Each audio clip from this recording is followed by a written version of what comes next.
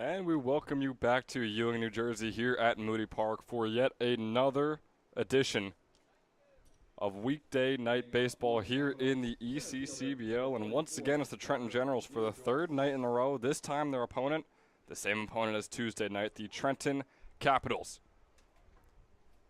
The Capitals had the Gens number in that game. The Gens had the Kings number last night. And we'll see if they can keep that winning streak going here tonight. They're going to start off with a Patrick Murator pop-up fly that is caught real quickly by Robert Kelly over there on shortstop. It's Mac Miara out there on the mound for the Gens.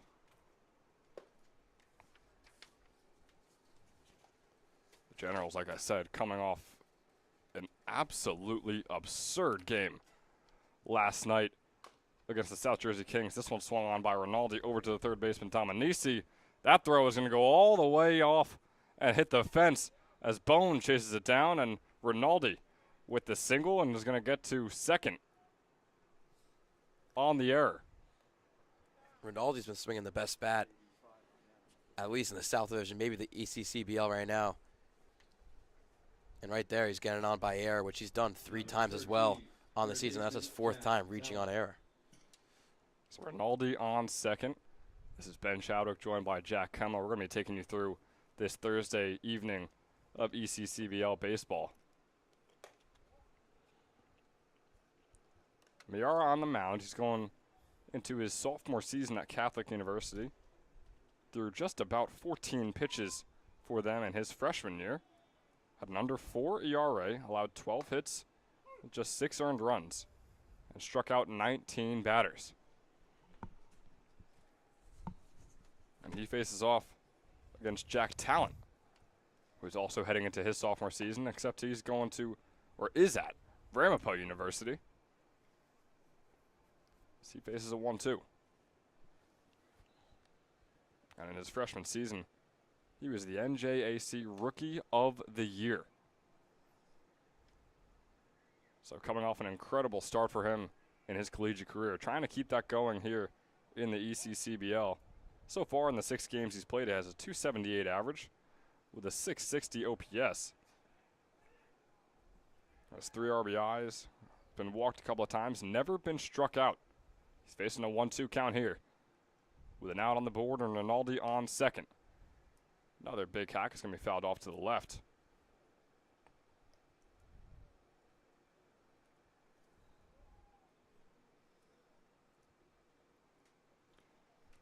So Jack Talent got just around 20 at-bats, hasn't been struck out once so far this season. And you can kind of see that with him battling with all these foul balls. Yeah, in his 2-strike approach is one of the best I've seen in the South Division. You can see he's choking up on his bat. No matter what, if it's a bad pitch, but it's near the zone, he's spoiling that pitch, which he's been doing in this count. He does it once again. I believe that's the 4th straight time. All those would have likely been called balls, but he's not taking the chance.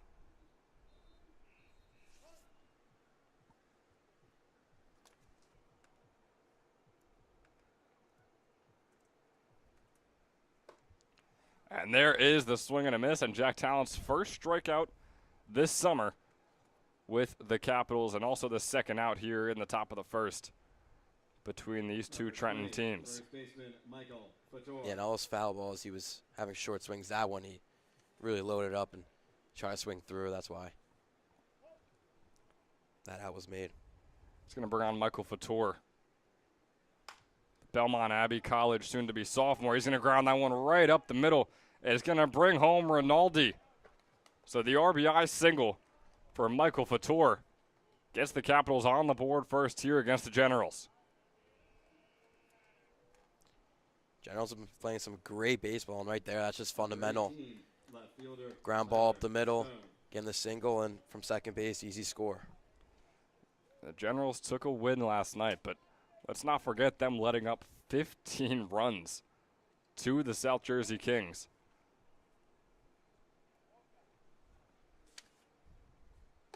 Hoping to not do the same here against the Capitals.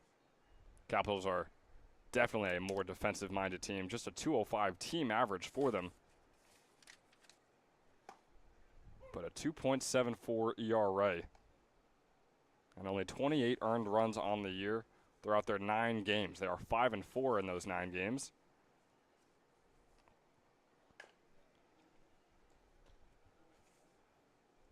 It's Tyler Stone up at the plate.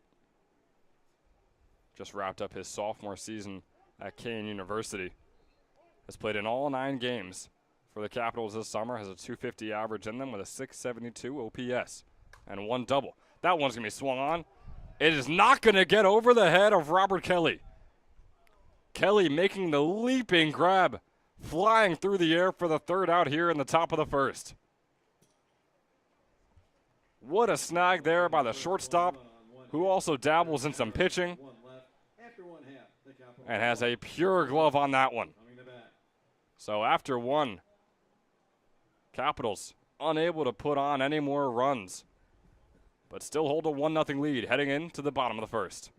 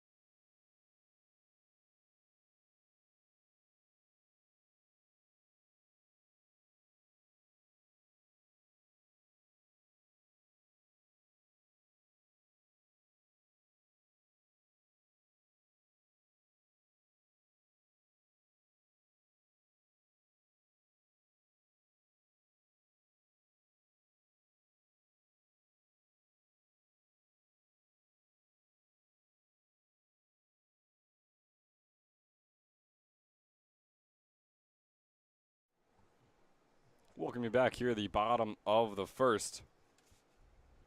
Capitals holding a 1-0 lead over the Generals. It's Trenton Stenard on the mound here for the Caps, sporting their blue jerseys. DeClerico is going to knock that one into right center, and it won't get down. It is going to be chased down by the center fielder there for the 1st out of the inning. Patrick Murator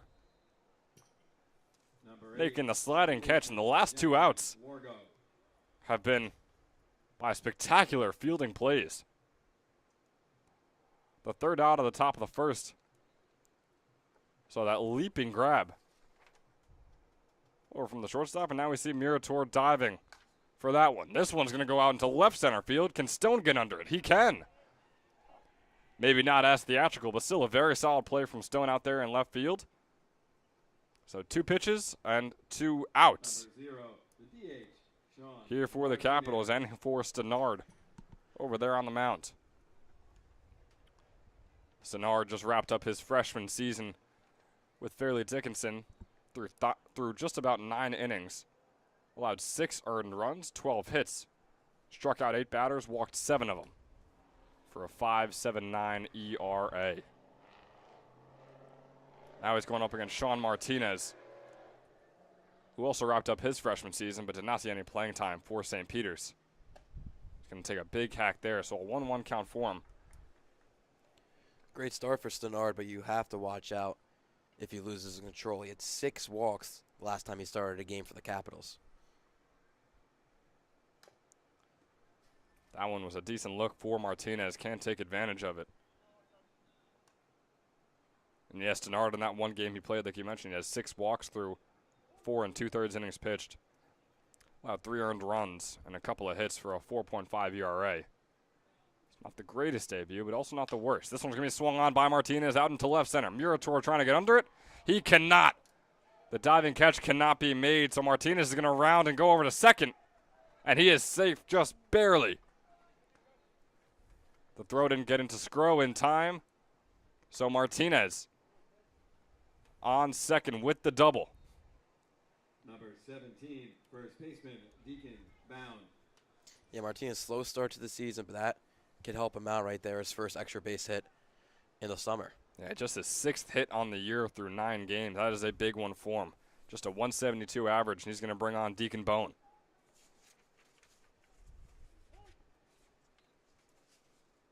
Deacon Bone, a man who had a very solid game yesterday evening against the Kings. Went 2 for 3 with a double, 2 RBIs, and he also reached on error once. So got on base 3 out of the 4 times he saw the plate. And on the season, through 4 games, he's got a 444 average. Not the biggest sample size, but still a very solid start for Bone. He starts things off with a 1-1 count. Bone just wrapped up his high school senior season at the Hun School. He's going to be heading to Bucknell University. Had a 323 average at Hun. 21 hits and 18 RBIs. He starts things off with a 2-1. So after Senard got 2 out with just 2 pitches, he's now nearing 10 with a runner on second. Big hack there from Bone, so a 2-2 count for him. Moses playing a great glove behind the dish today. As long as he's calling a great game for Stenard, which is what he needs with his control issues. Yeah, often catchers don't get the credit they deserve, but some of these pitches have been getting away from Stenard, but Moses has always been there. This one's going to be popped up by Bone to the first baseman Fator, who makes the easy grab. The Generals are unable to tie things up here despite the double by Sean Martinez, and after 1, Capitals lead 1-0. We'll see you in the top of the second. The Generals, nothing.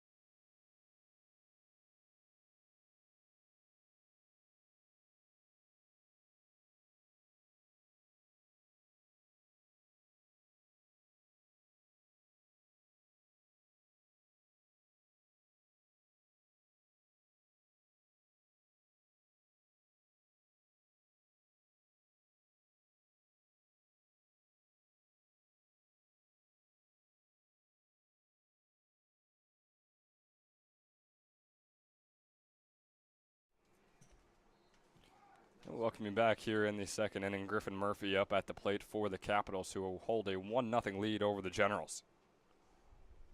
McMiara still up at the dish. Murphy taking a big hack there. Which he's not afraid to do every time. Yeah, Griffin Murphy, we saw him Tuesday night against the Generals. Struggled. I believe it was 0 for 4 against the Gens. On the season, a little bit better than that, as a 211 average through his 6 games. With 6 RBIs as well to go for it. But every time we watch him, it's been nothing but big swings and no contact. So 2-1 here for him. Not going to take it. Didn't go around fully on it, so 3-1. Griffin Murphy heading into his senior year with Arcadia University.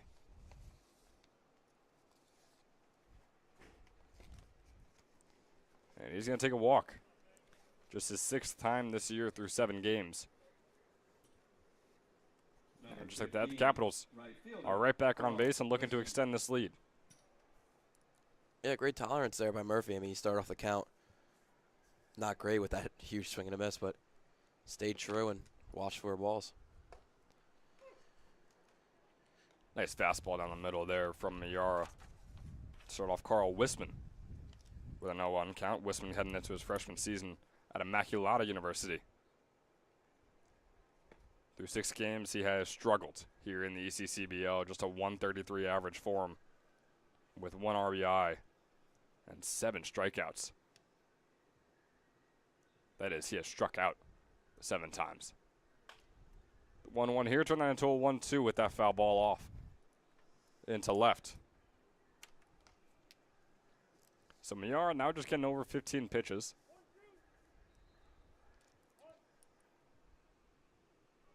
Wasn't a very high-scoring battle between these two teams last time out on Tuesday, as this one swung on into left field. Is going to be in. DeClerico chasing it down. Murphy gets all the way to third. And the double from Carl Wisman, who is over there celebrating on second.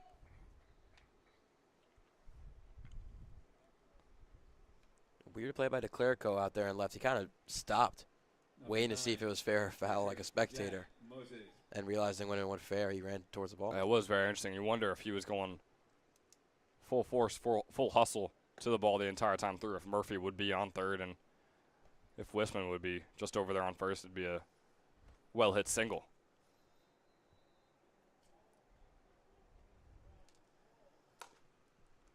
The 1-0 here from Moses. The catcher is going to get through to the ground ball out to left field, right over to DeClerico once again. It's going to be an RBI single for Moses as Griffin Murphy comes home and Carl Wisman takes his spot on third. I mean, there's a reason the Capitals are second overall in the ECCBL, first in the South Division. They're just playing baseball the right way right now. Getting runner in scoring position and then putting bats to gaps. And if you're the general, specifically Coach Mike Coryell, you might be getting a little bit of a deja vu from last night with the scoring output we saw, and he's praying that that is not going to be the same for his team defensively, at least tonight. I'm sure he would love 17 runs again. But as for right now, it's just 2 on the board for the Capitals with runners on the corners and no outs here in the top of the second. This one is going to be flowing out into right field. Mark Elliott will get under it. That could be a nice sacrifice fly. Off goes Wisman. Wisman just barely getting home. The throw took a bouncer from Elliott as he was trying to throw it over there to Soto. So make that 3 runs. 2 here in the top of the second. Yeah, Elliott in right field took actually a wrong read to the ball. Went forward on it, then had to take a couple steps back to get it, and that's when from third base he could easily score. Yeah, had to make sure, obviously, first off, that he was going to catch it, but in terms of making the throw home, didn't put himself in the greatest position. Now we're going to get Jackson Scrow. And, Jack, I remember you mentioning this during Tuesday night's game about all the J names on this Capitals team. And with you having a J name, do you think that's the reason why they've been so successful this year in the ECCBL? I haven't said anything to them, but it could be an underlying reason. 9 out of 23, Ben. 9 out of 23. Scrow is going to come around on that one. So a 1-2 count for him. He's cutting into his freshman season at Haverford University. Played 6 games so far for the Capitals this summer. Just a 105 average for him. It seems that these players that have just wrapped up their high school senior season and are just heading into college, haven't played college ball at all yet, have struggled so far in the ECCBL. This one's going to be a hard grounder over to the left. Dominici looking for the double play. Makes it at second to get Moses out. Can't make the play to first. Number 32, shortstop. So Murator is going to be on first after that fielder's choice. Now 2 outs on the board. Ooh, a nice breaking ball there from Miara, who is now 30 pitches in. Nothing too crazy, but still wanting to get out of this inning before anything else can happen.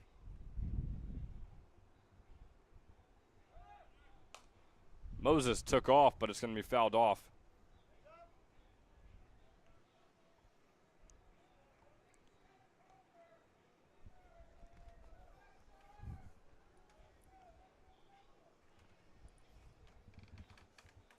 So up at the plate is Matt Rinaldi.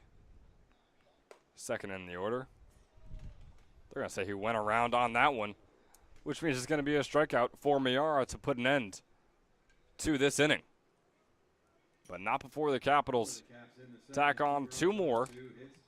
A one-run first inning, a two-run second inning.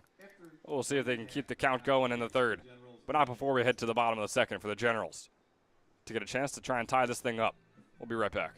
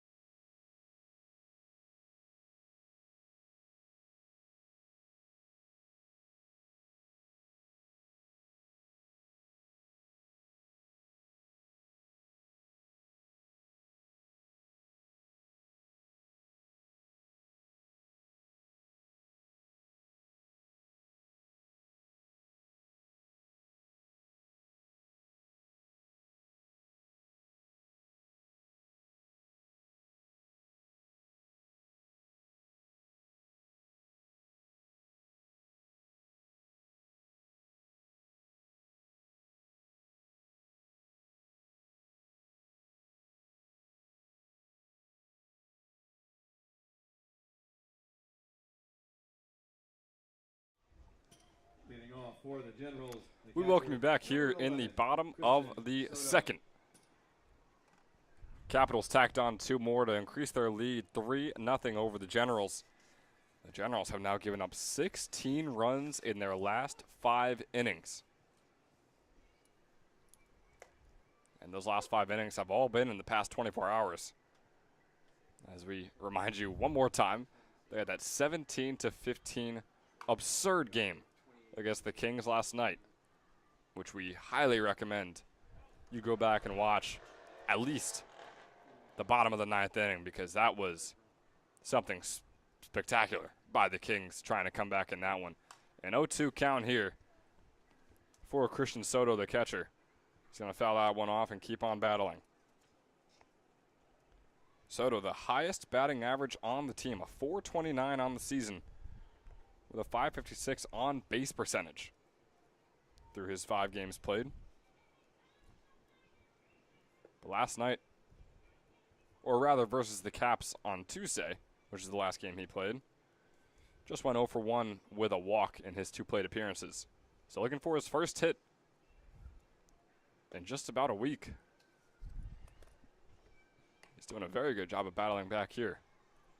2-2 for him. Trevor Sennard still under 20 pitches, just now reaching 15. Again, started off the first inning, getting 2 batters out through 2 pitches. Then it took him a little bit longer, but regardless, still looking very good. This one's going to be popped up by Soto. Rinaldi looking to get under it, still chasing it down, and he finally grabs it out of the air for out number 1. So down goes Soto, still looking for his first hit of the season against the Capitals. He's unsuccessful there. He's going to have to look for it later on in this one. He's going to bring on Robert Kelly, who had the spectacular catch at that shortstop position for the third out of the first inning. In the top of the first. We'll see what he could do with the bat in his hands. Kelly plays all over the field. We've seen him pitch a fair amount this season. He's going to swing over, and that's going to take a little moody hop. Bounce right out of the glove of Jack Talent.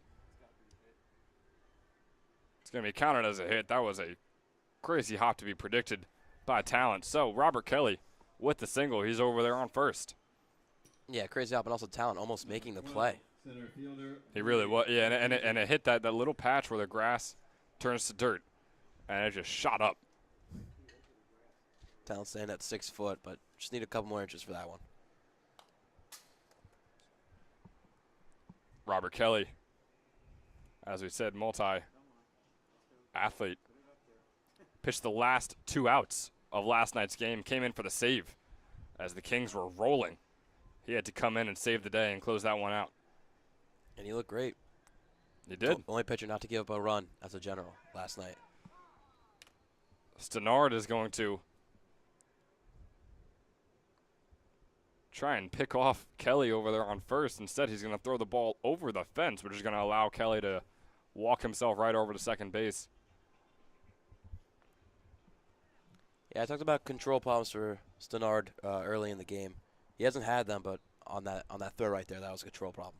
There was a control problem, major control problem, but hey, he's good at throwing the ball to the guy behind home plate. Yep. Maybe not the guy on first base, but as a pitcher, I'll take the first one. Brody McKenzie is up at bat, has a .357 average on the year so far through 5 games. Last night went 3 for 5 against the Kings. He's facing a 1-2 count here. And on those 3 hits, he got 3 RBIs. 2 of them were doubles. 1 sacrifice fly as well to his name. So looking to keep that momentum going here tonight. And that stat line from McKenzie is very similar to many other Generals players. Obviously, with 17 runs, they're going to have a few good hitting stat lines from your players. He's got 2-2 for him.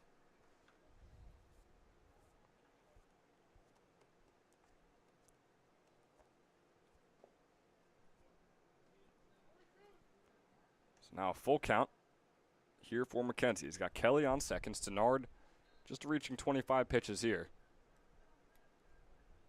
Only 1 out on the board. Generals looking for their first run in this one. That one is going to be popped up. Is going to be Scrow backpedaling and making the catch at second base for the second out. Yeah, outside of the moody hop, and then the error throwing to first base and moving over Kelly, I mean, Stenard has looked great through these first 1 2/3 inning.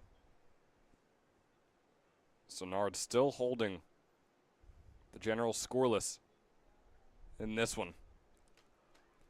Dominici now going to come on for the Gens. Another man who saw action last night, subbed in. Saw 3 plate appearances. Went 0 for 1 with 2 walks.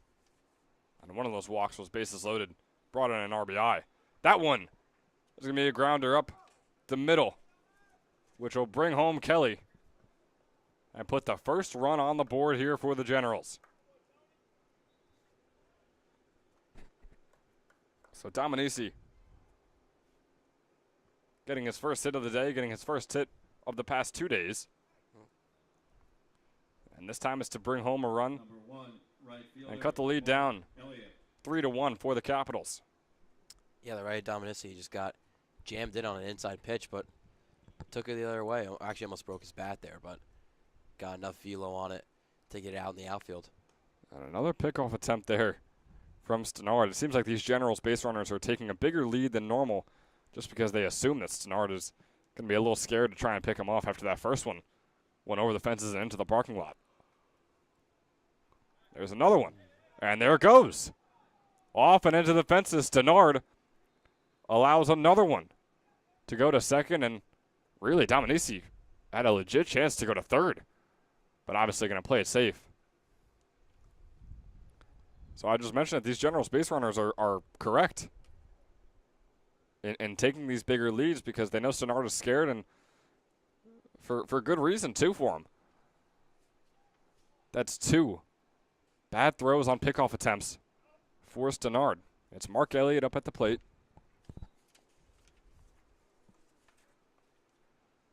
With an 0-2 count against the Kings last night. This is another batter that had a solid day. 2 for 4, had a triple last night. 3 RBIs to his name. Also walked and was hit by a pitch. So got on base 4 times out of his 6 plate appearances.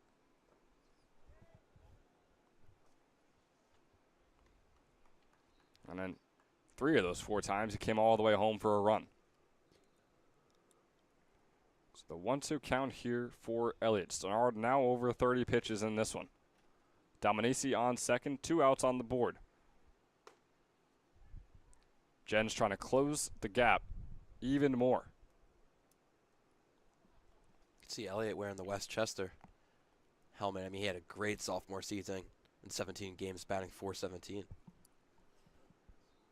Hasn't exactly kept that going, just a .250 average for him, but he's looked good yesterday, he looked good today, and that's going to be a good-looking hit for Elliott.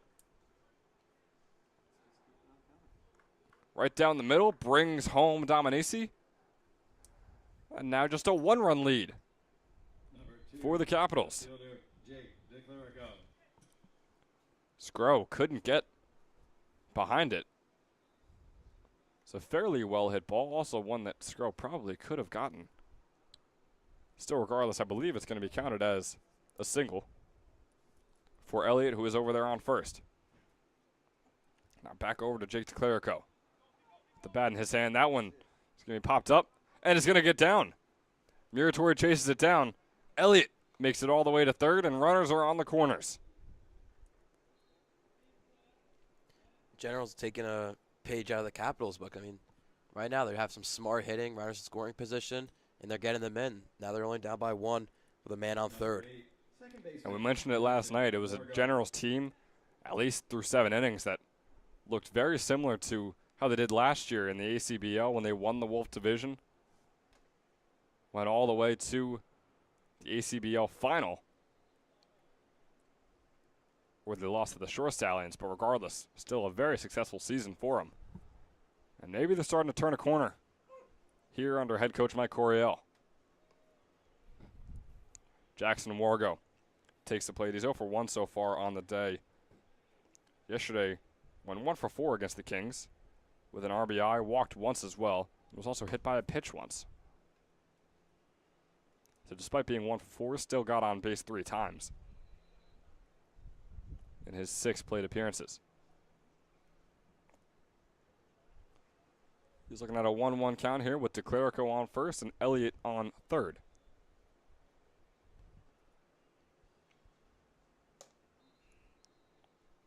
DeClerico looks like he might be trying to take a real big lead, hoping for Stannard to make another pickoff attempt and hoping that it looks like 2 of his 3 so far and goes over the head of Fator and allows another run to come home. A 2-2 count after that big swing and a miss from Morgo.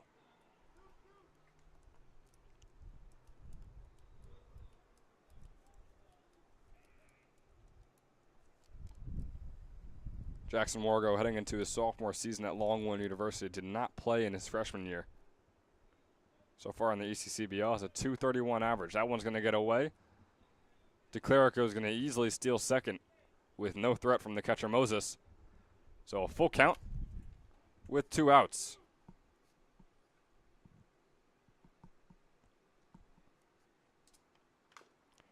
That one's going to be fouled off.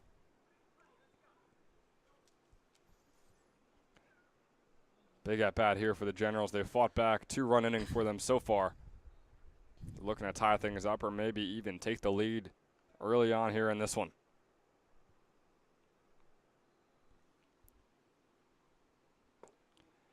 That one's going to be low. Bases are loaded. Now for the Gens. Morgo's 3rd walk of the year. Keeps the rally going. 0, the DH, Sean Martinez. 3rd walk on the year, 2nd in the past 2 games.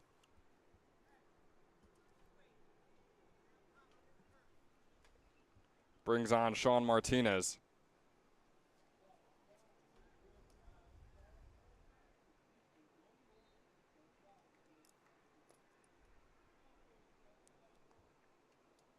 Martinez going to have to wait for his at-bat as Moses takes a quick run over to the mound to talk to Stenard and comes right back.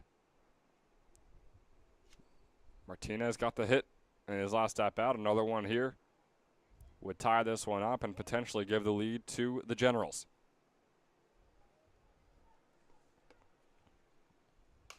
That one's going to be swung on out into left center, but the catch will be made by Murator. Generals going to leave 3 stranded on the bases to cap off the second inning, but they do cut the lead down to 1. 3-2, the Capitals lead after 2, and they're right back up to the plate with the bat in their hands at the start of the third. And folks, we're headed in towards the dinner hour. If you are looking for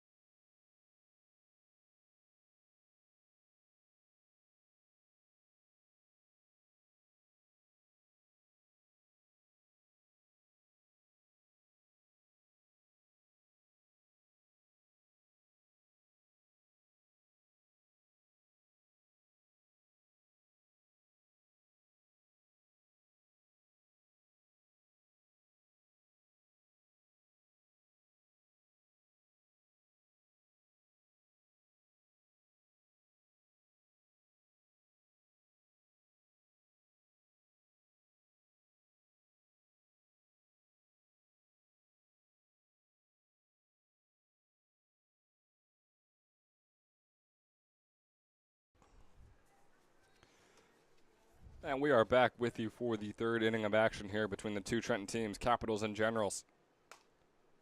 Jack Talent going to start things off with a shot out into right center field. It's going to be chased down. And the catch is going to be made for the first out of the inning. 20, first baseman Michael Fedor. Mark Elliott making the catch there on that one. So 1 pitch, 1 out, Michael Fedor. Now taking the plate, the first baseman here. Nice pitch from Miara. That one's going to be in there.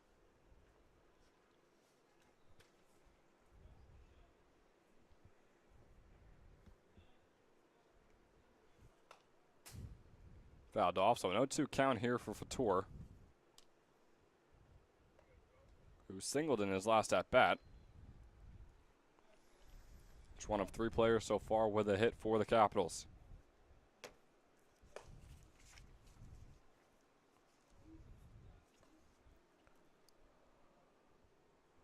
Miara so far has walked 1, allowed those 3 hits I just mentioned, and has now struck out 3 with that pitch right there against Fedor. Turns the 1-2 into a 1-3 and tallies the second out. So a very nice bounce back inning from Miara, who has allowed 3 runs so far, has 2 earned runs on the day, but still 3 are on the board for the Capitals, looking to not allow any more. This one's going to be a shot out to center field. Brody McKenzie will make the easy grab. And what a successful inning there for Mac Miara, keeping this game moving along, putting his offense back over there on home plate with the bat in their hands. So heading into the bottom of the third, real quick. Capitals go 1, 2, 3, 3 up, 3 down.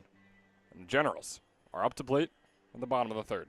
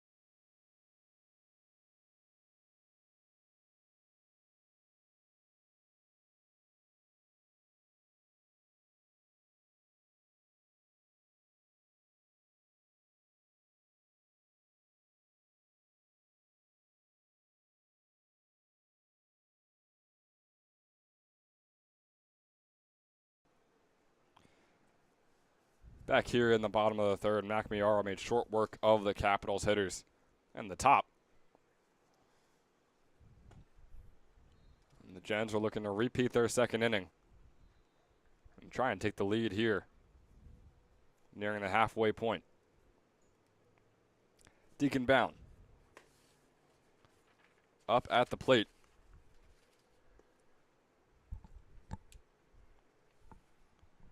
Had a double yesterday on his 2 for 3. He's facing down a 1-2 count here. And is looking for his first hit of the day. That one's going to be swung on right over to the shortstop, who is not able to make the play. And Bound is going to go all the way to second base, where he will be safe. Rinaldi could not channel his inner Robert Kelly to make that grab over at short. Number 11, catcher Christian. And when Murator was fumbling with it out there in the left center field, Bound made the risky decision to go all the way to second, but it paid off.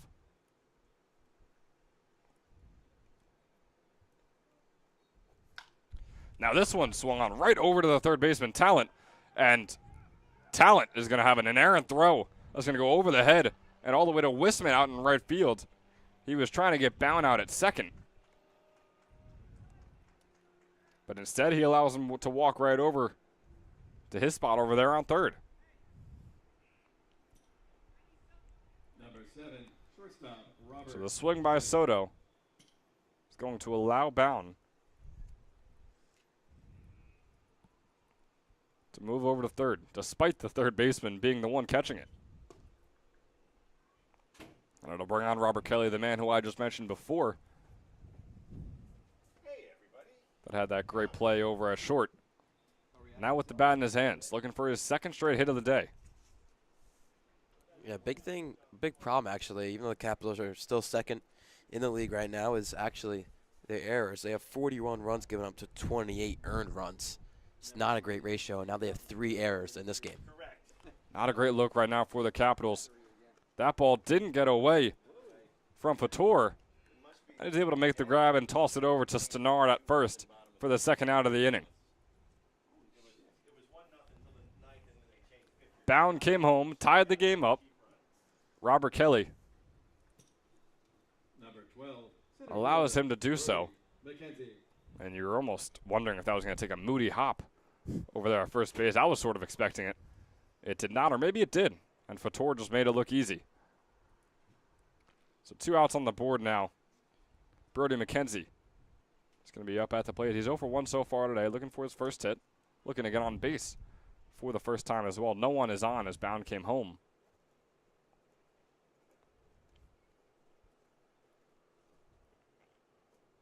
So the 1-1 count, he is taking some big hacks. 1-2.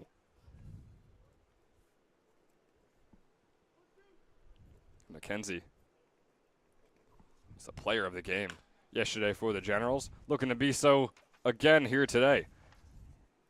That one's going to be a liner out into center field for a single.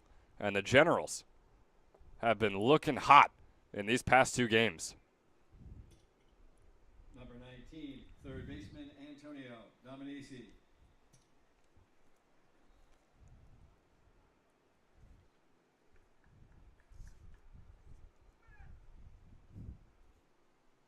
Dominici now had the RBI single in his first at-bat. Now has McKenzie, who tries to steal, but it's going to be popped up by Dominici. Wisman comes over, can't make the grab. Round comes McKenzie, who was running the whole time. Wisman can't make the grab. The leading run comes home in Brody McKenzie for the Generals. Dominici is on second, and Trenton, or the Trenton team in orange, that is,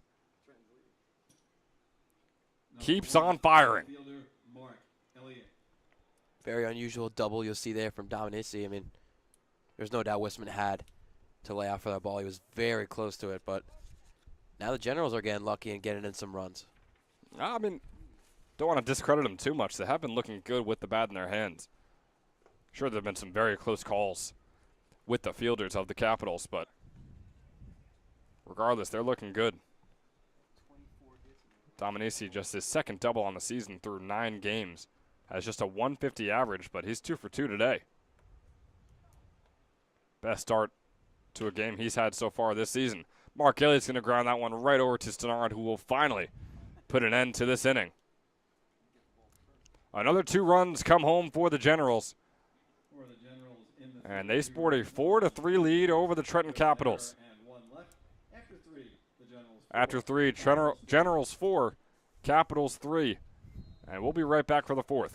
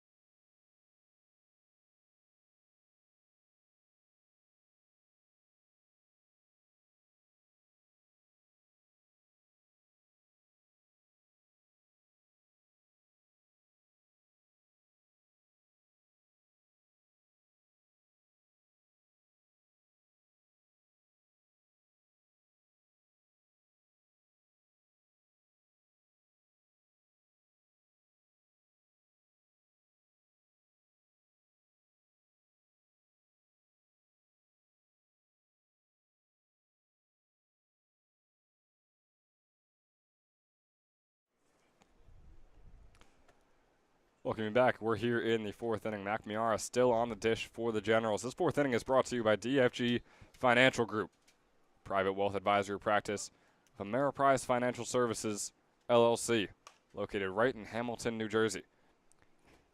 DFG Financial Group is equipped to handle all of your personal and business financial planning and services that you may need.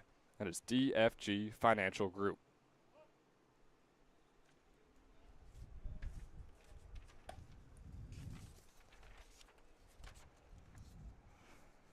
So it's Griffin Murphy walked in his first at-bat. A man who has struggled against the Generals, I would say this season, but in their only matchup on Tuesday.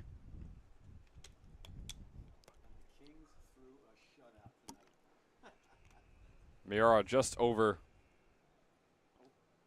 40 pitches. Big hack there from Griffin Murphy. That's what we're used to. Big hack sends him back into the dugout. Nice strikeout there from Miara. Number 15, right fielder Carl Wisman.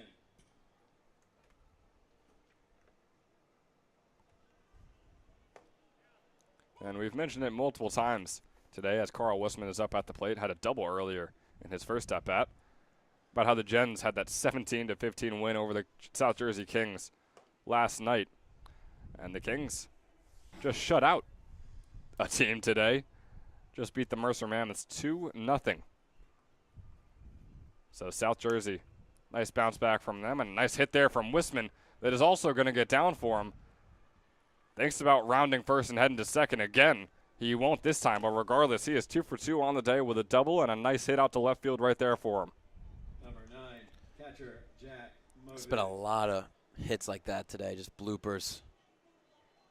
Yeah, no real shots that are going straight for the fences.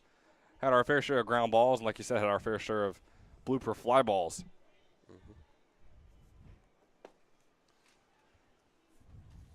So with 1 out and Wisman on first, Jack Moses takes the plate. He got his second hit of the season in his last at-bat. He is now 2 for 14 through 8 games being played, including this one here tonight. He starts his count off with a 1-2. That's a beautiful pitch right there. Yeah, Miara has really channeled in, and I understand he's allowed, or he actually has 2 earned runs to his name, but he has looked really, really solid tonight. That pitch is going to be in there for the strikeout. Wisman steals second. So 2 strikeouts and 1 hit allowed so far here in the top of the 4th for Mac Miara, who has just hit his 50th pitch and is looking real solid for the Generals tonight. You wonder if he has a pitch count and what it might be, because 50 is one of the numbers we have seen. And with somebody warming up in the Generals bullpen. It's a righty out there for them. That's going to be Ben Moisen warming up out there for the Gens. So I'm assuming it's going to be a pitch count because fits in terms of how well the man out there right now has played. Miara should not be coming out anytime soon. With a 1-2 count there against Skro. Skro's been off his game to start the summer. Right now, it doesn't look like he's committing to any pitches.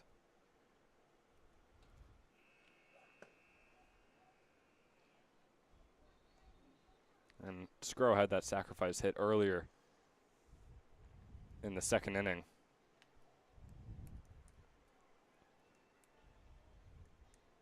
Two. Oh, makes it a 3-2. It looked solid from Miara, but wasn't in there quite enough for the man in blue. Full count here, 2 outs on the board. That one's going to be popped up out into center field. McKenzie should have a fairly easy grab, and he will. So 2 strikeouts for Miara in that one. Possibly his last inning of work. And it will be my last inning of work in the play-by-play spot. Jack Hemler is going to be taking you through the rest of this game. I'll still have the headset on and be talking to you folks. But Jack will be taking the reins for this latter half of this one. So heading to the bottom of the 4th, Trenton Generals lead the Capitals 4-3. We'll be right back.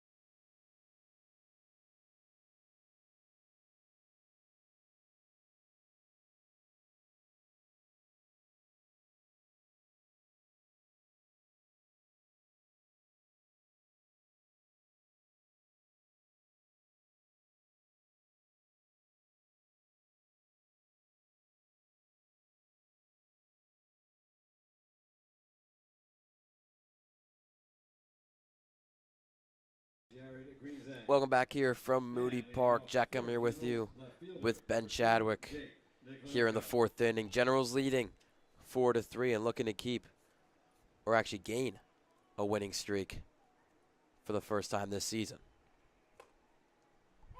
Called strike from the new reliever, Jared Greenzang. And Jack, I mean, like I mentioned before, this Generals team looking very reminiscent of how they were last year and doesn't look anything like they have through these first 9 games. After the pop-up that went out of play, it'll be 0-2 pitch to declare it going. For Stenard's stat line, he went 3 innings, giving up 8 hits, 4 earned runs, 1 walk, no strikeouts. 56 pitches to his stat line. And now Greenzang entering the game from Rider University, the junior. That's to Clerico. Chopper left side. It's going to roll out foul. Still an 0-2 count. And somehow still landed inside, but obviously was way too short.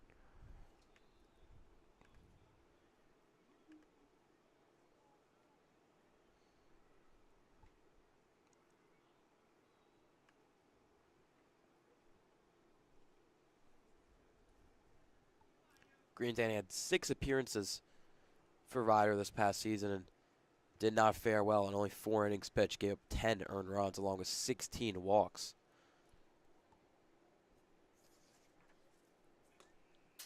That one goes high, 1-2 now. Well, he hasn't been great. He didn't do great for Ryder.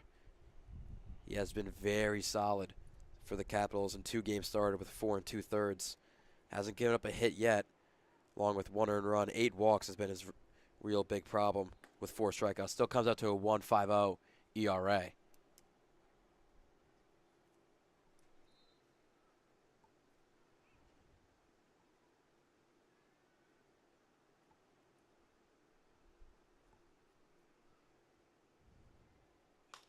That one popped up right side. Wisman with the run in and calling it off for the first out of the bottom of the 4th.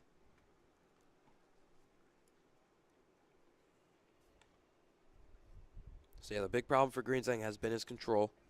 Give up 8 walks in 4 2/3 with the Capitals currently, and then give up 16 in 4 innings with the Bronx in a 2024 season.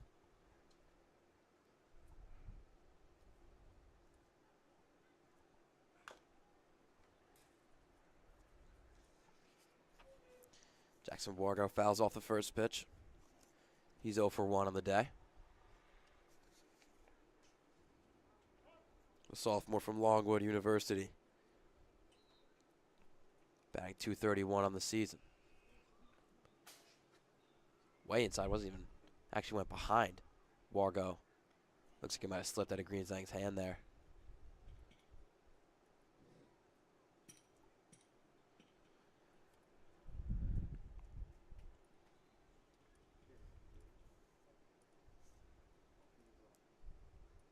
Seven pitches already for Greensang. The 1-1 is grounded and will be a single for Wargo. 1 out, man on. As actually Wisman charged the grounder hard, trying to make a play at first base, but Wargo with the sprinting run got there in time. Yeah, that was very commendable by Wisman out there in right field. Usually, if a grounder gets past the infield, I mean, it's almost a guaranteed hit, but he was trying to flip the script there.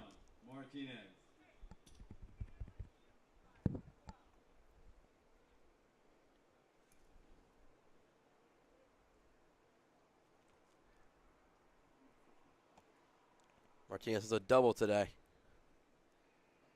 Now comes in the box with 1 out and a man on first. That one veering right and making the catch is Wisman for the 2nd out.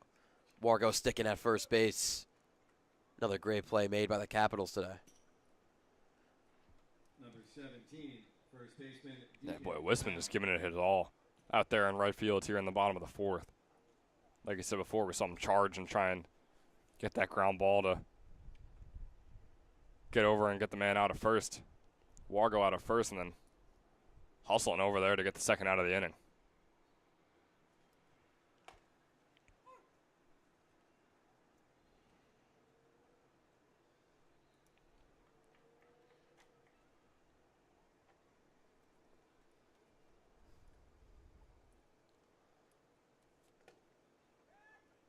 Now Deacon Bone, who's has a 1-1 count now.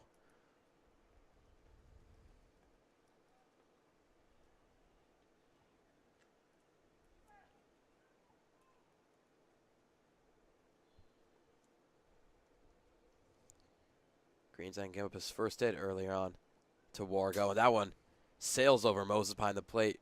Wargo easily taking 2nd base.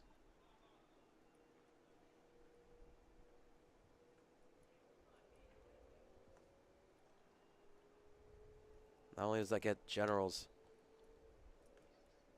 in scoring position, that gets Greensang behind in the count.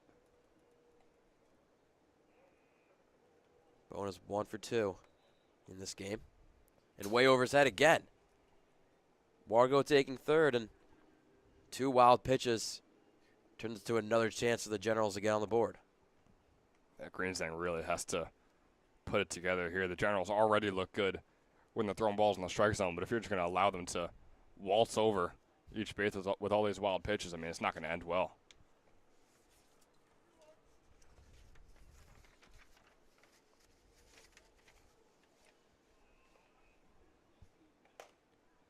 Call a strike there, full count now. Bowen has been superb for the Generals start off this season. He's only had 4 games played, but in those 4 games, he's batted .444 with a 1100 OPS. And upstairs, he'll take the ball on the full count pitch.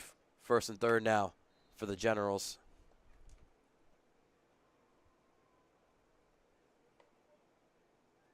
And they'll have their catcher come to the plate, Soto.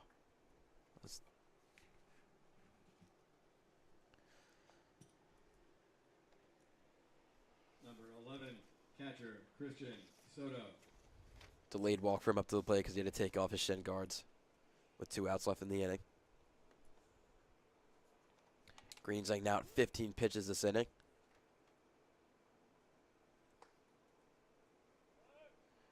Bowen taking off the first pitch and a defensive indifference for Moses and the Capitals.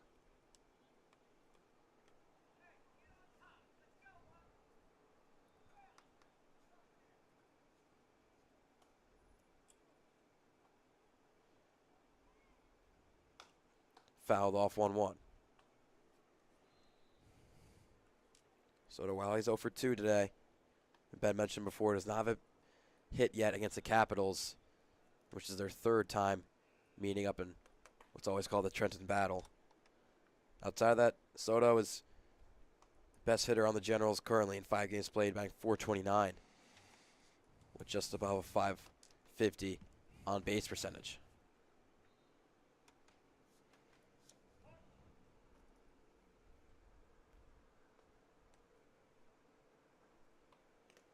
Way outside and coming home to score is Wargo for the 5th run of the game for the Generals. Greensang losing control on his pitches, and that's how he forfeits the first run.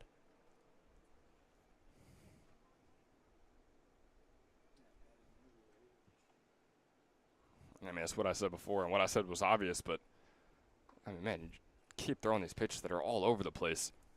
You're just handing runs to the Generals, who, again, are not the Generals that they saw on Tuesday. This seems like a whole new team. And way up high, 3-1. You have Robert Kelly on deck, who's 1 for 2 with an RBI today.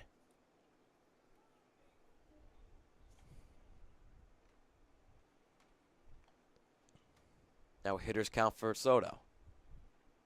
And it's outside. He'll take the walk.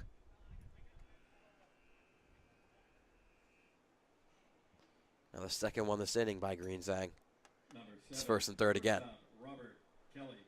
Boy, it started off so well for Greensang as well. Had that pop out, then he allowed the single to Wargo, and then Martinez flew out.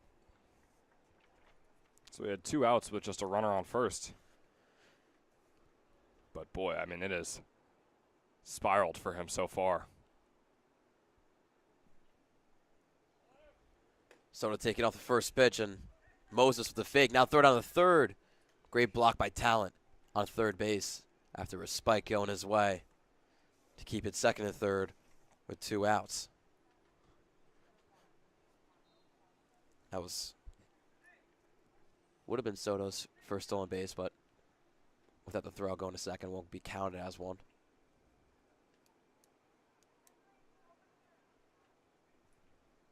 Now the 1-0. Line up the middle, and that'll get down. Kelly gets 1 run in. Soto, around throw. The throw to the plate is not in time. 2 more runs coming for the Generals. They lead 7-3 now from the Robert Kelly, his 3rd RBI of the day, and a 2-run single there. Number 12, center fielder Brody McKenzie. Yeah, it seems like when he actually does put in the strike box, Jack, it's still not going well for for Greensang out there. No one warming up right now for the Capitals either, so he is their pitcher for at least this inning. If he could just get out of it. Again, there's still 2 outs, but it doesn't feel like it. What's turning to be a lengthy inning for him with his pitch count as he sails out one again over the head of Moses.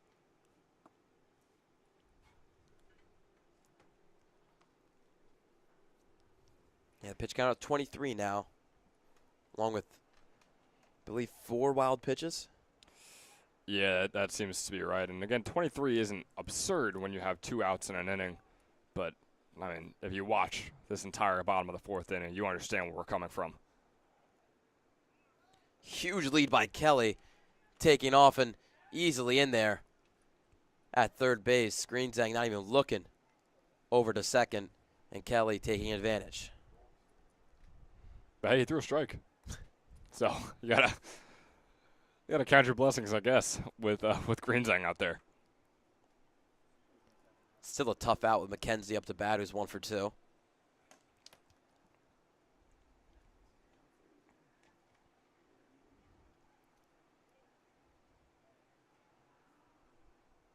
It's just about 7:45. Got the shadow starting to take over the field, starting to cool off from what has been a very hot day here in Ewing. Great web there by Moses to not turn into a wild pitch. Yeah, Kelly and to come home.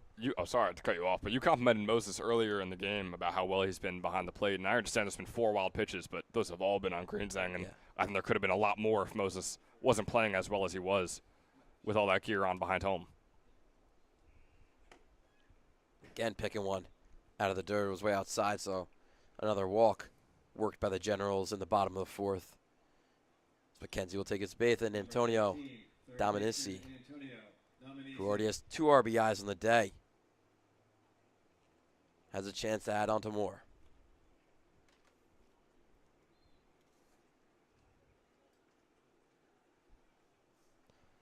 Taking off on the first pitch is McKenzie. The throw will go down. He'll hit the brakes, and we have a pickle. The throw will go to home. Now Kelly's in his own pickle. Couple of fakes.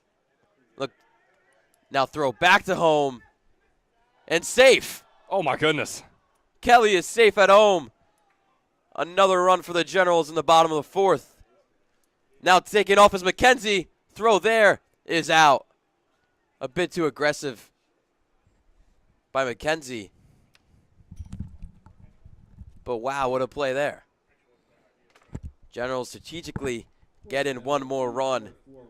And it's 8-3 now after 4 innings. We'll see you for the top of the 5th.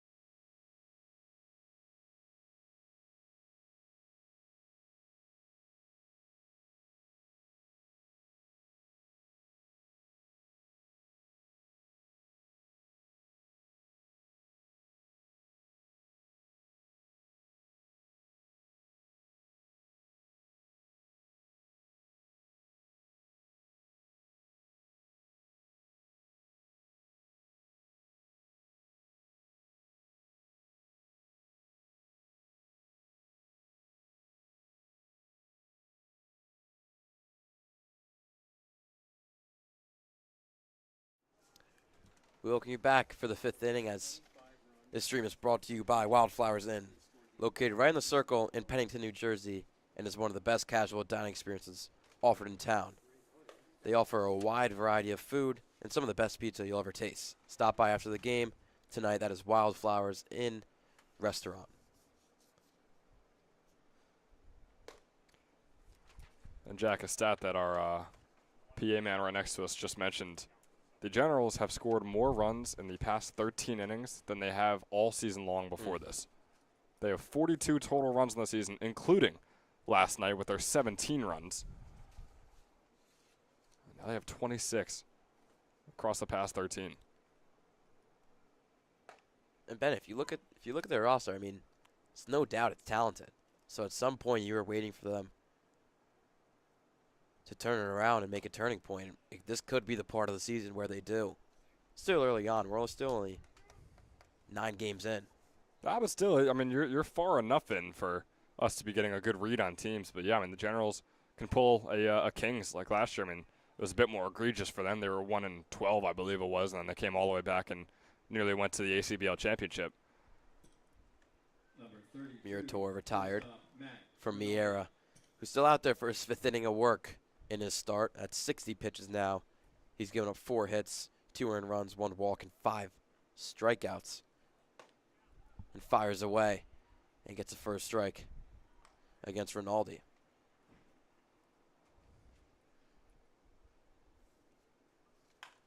Ground up the middle, hitting Miera.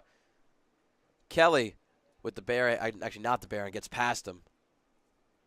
And what will be a single for the red hot Rinaldi. Yeah, and that's just unfortunate, Jack. I mean, comes straight at Miera. He has no time to react.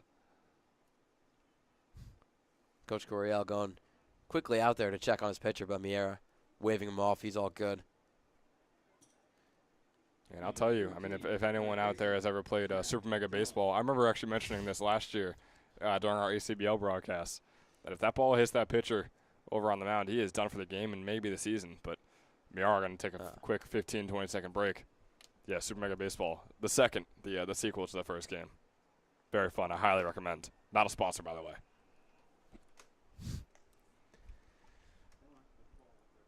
You know what is a sponsor, Ben? Wildflowers and Restaurant. There we go. I mean, come on. Nothing about them, just that they are. They are a sponsor. They are, in fact, yes. I am starving once again, like I have been on every single game I've called so far. So, Jack, you want to tell me why Wildflowers Inn is the place I should go tonight? Oh, yeah. I mean, they offer a wide variety of food and some of the best pizza you'll ever taste, Ben. That sounds great tonight. Yeah.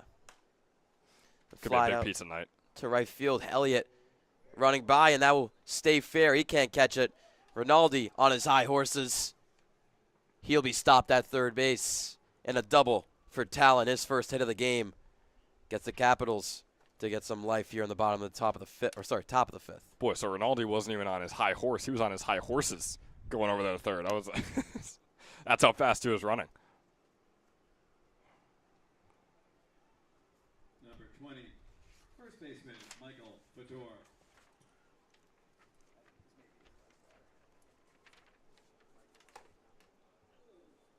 We'll see how much longer Miera can go.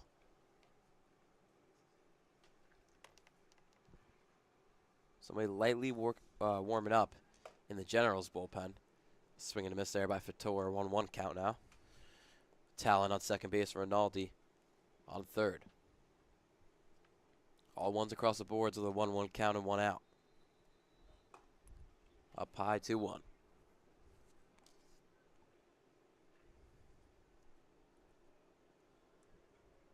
Yeah, I believe we actually watched Michael Fedor's brother last night, Matthew Fedor, for the South Jersey Kings. He was playing in that game.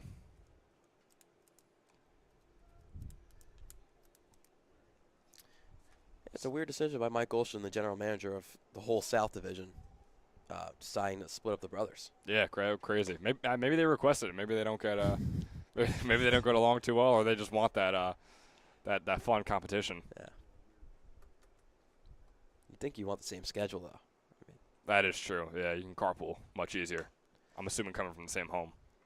Flied out to center field. That's McKenzie under it. Rinaldi tagging up from third. On the way home, and he's easily in there sliding. They cut down the lead of 4 here in the top of the 5th.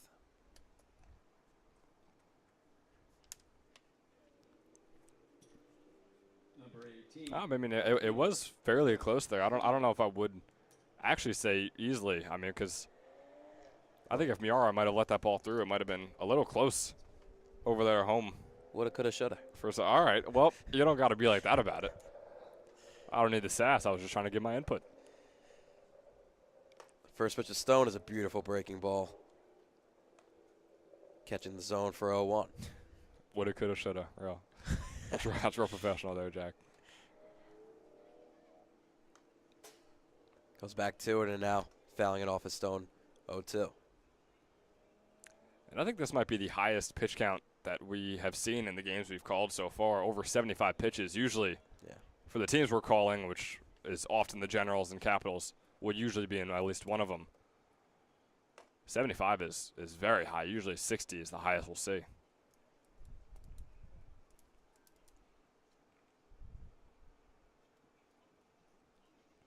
Again, you still have Moisen, who has been warm for a few innings now.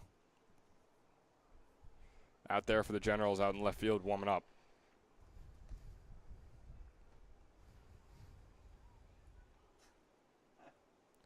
Stone's fought off the past couple.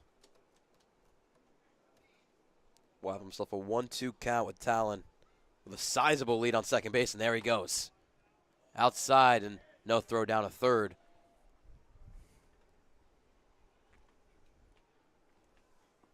Yeah, and Soto was so focused on putting that mitt back in the strike zone after he caught the ball. He didn't even realize Talon going to third.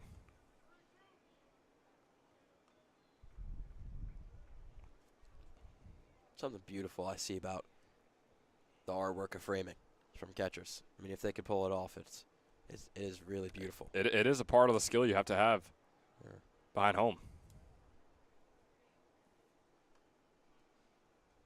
After another foul off by Stone, it's now the third one this count. With the payoff pitch coming his way. Inside, he'll take his base.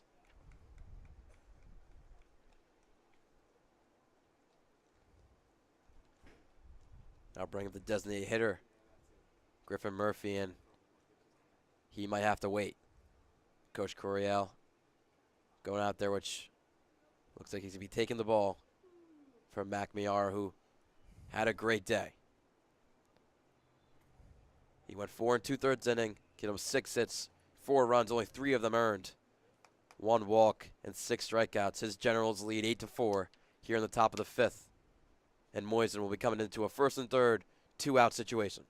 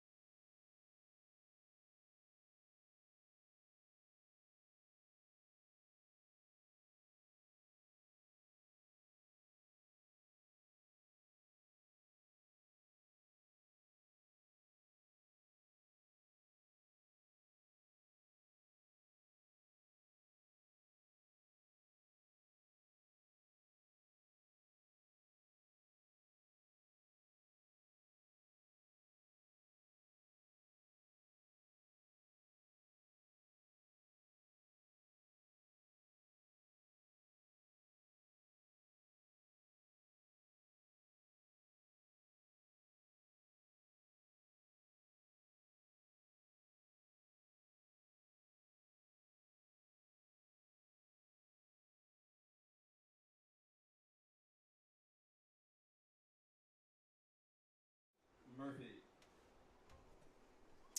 So Ben Moisen will come into the game at the top of the 5th inning with 2 outs and a man on 1st and 3rd.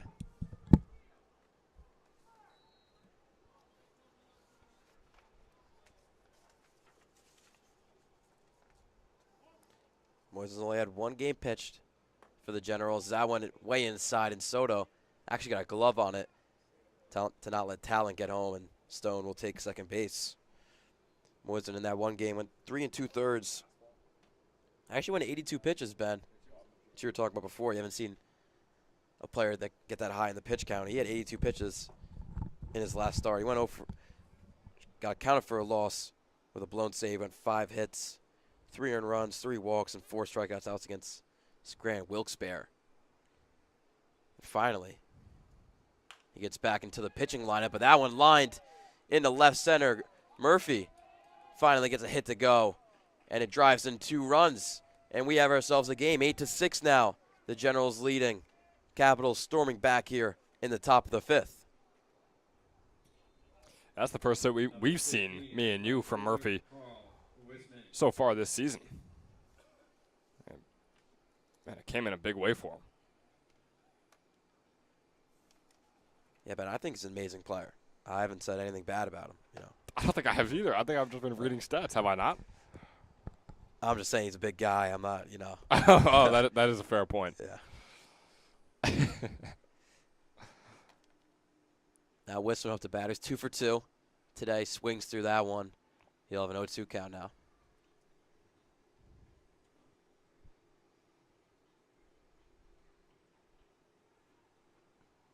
Yeah, I believe you said Moisen in his last start had 82 total pitches. Yeah. That's exactly what we just saw from Miara. 82 pitches on the dot. Well, Moisen only had 5 pitches this inning. Just retired Wisman on 3 strikes to end off the top of the 5th. Capitals with a great bounce back. They are only down 2. We still got a lot of game left going into the bottom of the 5th.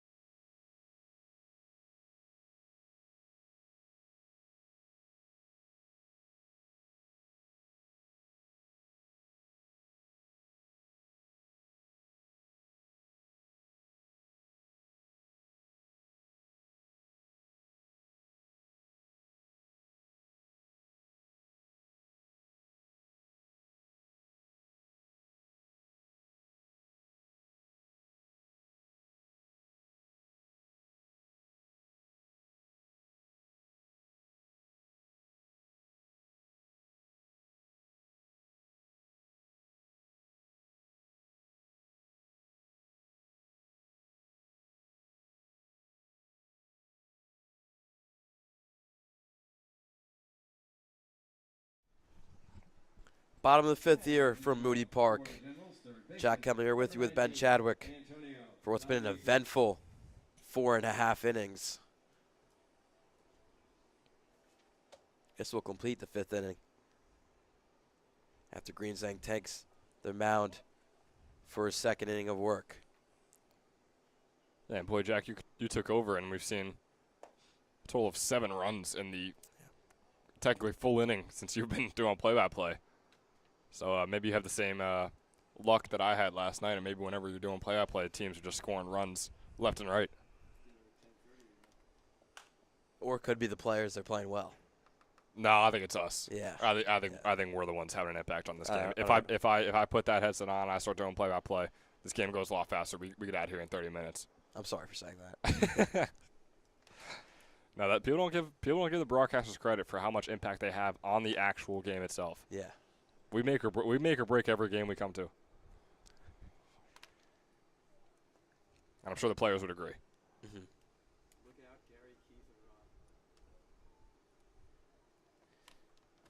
2-1 to Dominici as he will get a ground or infield single to start off the inning for the Generals. Rinaldi tried to make a backhanded play, but didn't have enough time, didn't have enough space to make it. Number 1, right fielder, Mark Elliott. Sorry for the technical difficulties. We will get the camera up as soon as we can. I will quickly switch to radio as Mark Elliott is up to bat with Dominici on first base. No outs here in the bottom of the 5th. Greenzang will take a step off, and I think they're waiting for Dominici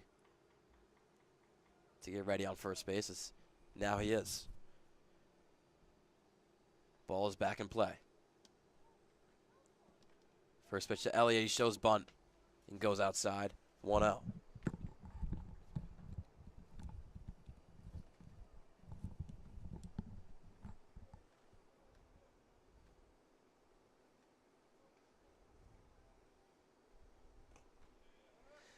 pass to Orego behind the plate. He won't even throw it down to second base. It's stolen base, or rather a pass ball for Dominici.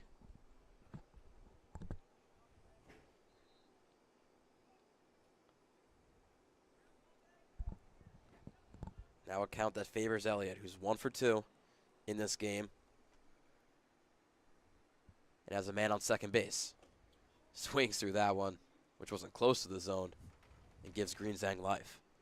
Yeah, and I know Elliott just swung there, but still, Greenzang is really struggling to find the strike zone right now, and a lot of his balls have been very difficult for for Moses back then, and then now Orego behind the plate to get behind, and it's a good amount of times where they haven't been able to. Up high 3-1. Elliott's already had a 2-0 hitters count. We'll get another chance again on the 3-1. Greenzang's at 36 pitches now in his relief appearance, and has only gotten 3 outs. Upstairs, Elliott will take first base.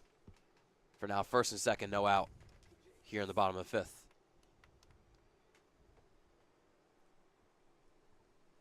And we do see the pitcher warming up out there for the Capitals. It's Jake DeClerico and Coach Coryell have an extended talk before DeClerico's at bat, and those two have been with each other for now. It's been their 3rd season. DeClerico playing for the Generals in 2023 and 2024 in ECCBL. And now his 3rd season with the Generals, and he's playing the best he's ever had. 1 for 3 today. In 10 games played, he's batting .320. Showing bunt, Greenzang stepping off. Just delaying the inevitable of the first pitch with DeClerico ready to bunt. Up high 1-0. And for anyone wondering, the pitcher out there for the Capitals is Drew Harris, who is currently warming up his right arm and looks to hopefully, for the Capitals' sake, take over for Greenzang soon in this one. Way outside 2-0. Ben, why can't he warm up his left arm? Probably because he's a righty, and I'm watching him out there, and he's using his right arm to throw the ball right now, Jack. Never know. I'm happy to give my expert insight anytime. Of course.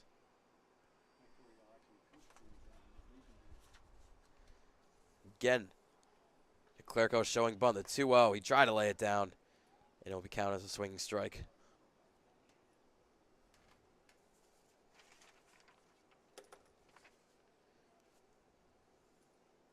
It looks like Greenzang's trying to locate these pitches well, but can't do it right now. DeClerico showing again. Lays it down. Will go foul, though, and now the 2-strike count. You could expect DeClerico to swing away. Yeah, and DeClerico's a man who hasn't seen much playing time at Rutgers, but when he does get his chances in the summer, either last summer in the ACBL or this summer in the ECCBL, he has made the most of it, been batting very solid. As we've said before, .320 average with a just about 700 OPS. As he lines it into right field, and will get down over Wisman. So Dominici will get home. Now Elliott getting the stop sign at third base. It's a double for DeClerico. He's 2 for 4 on the day now and gets another run in for the Generals. It's 9-6. Although Wisman took the risk and tried to lay out for that one, it got past him. It was a good recovery by him. He was able to get to the ball very quickly and stopped Elliott from going home and possibly DeClerico from tallying a triple for himself. And you can't blame him. I mean, you can definitely agree, Ben. I mean, you have this type of pitcher on the mound. I think you try and steal it out there.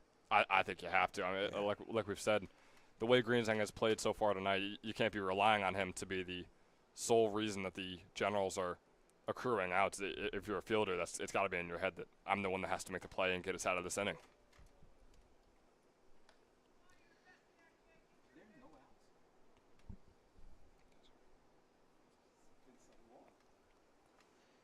So second and third now for Wargo. As he rips it into right field. Wisman tracking back, able to make the catch. Tagging from third is Elliott, and he will step on home plate. 10-6 now for the Generals. Wisman finally getting the first out of the inning for the Capitals. Boy, Wisman was very off balance. He looked like a ragdoll out there, but Number 0, still able to DH, get his glove open and Martinez. find the ball. So as you said before, it was a great recovery on him, although he did take the risk and was unsuccessful.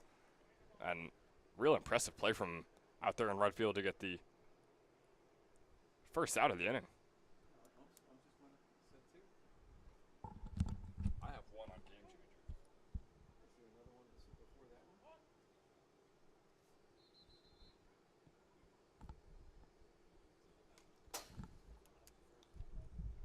I'm looking at. I don't think so either. I have one on Game Changer. It was a Dominacy single, Mark Elliott walk, Yeah, it's one. double, and the Wargo sack fly.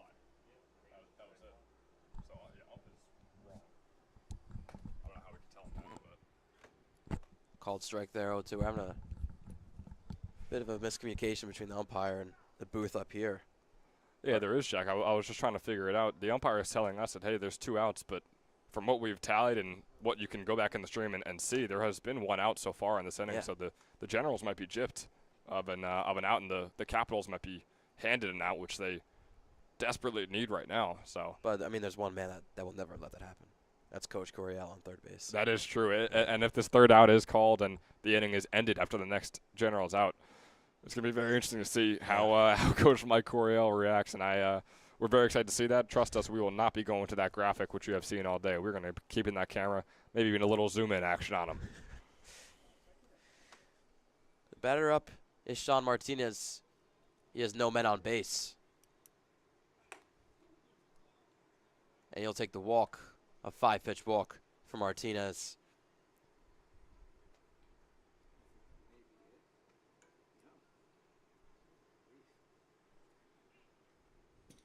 Number 17, first baseman, Deacon Bound.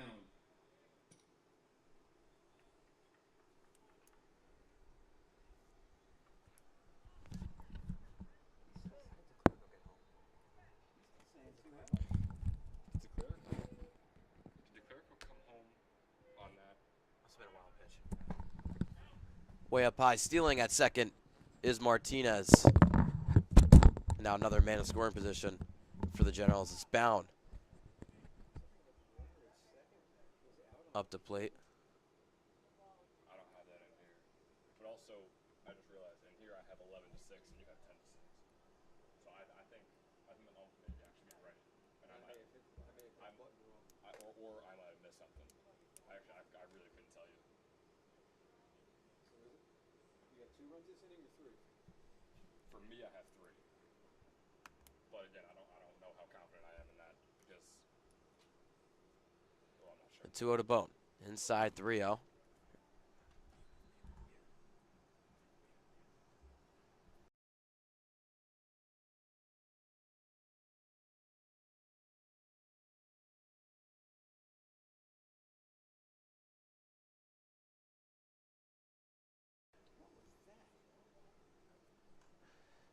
And picked off is Bone. Now, that's what we believe will be the end of the bottom of the 5th. We have a lot of confusion going on. It's either Generals 10-6 or Generals 11-6. And we'll be right back with you for the 6th inning.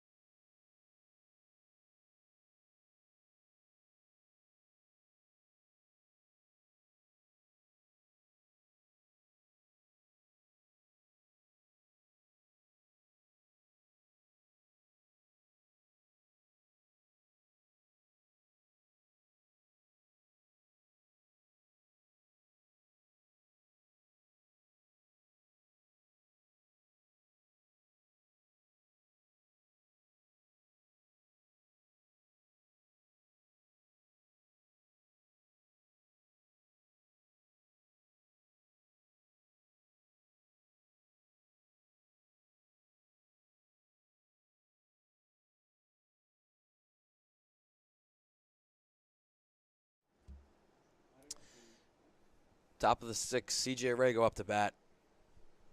Moisen out there for his 2nd inning of work. Got a quick 1 out in the bottom of the 4th.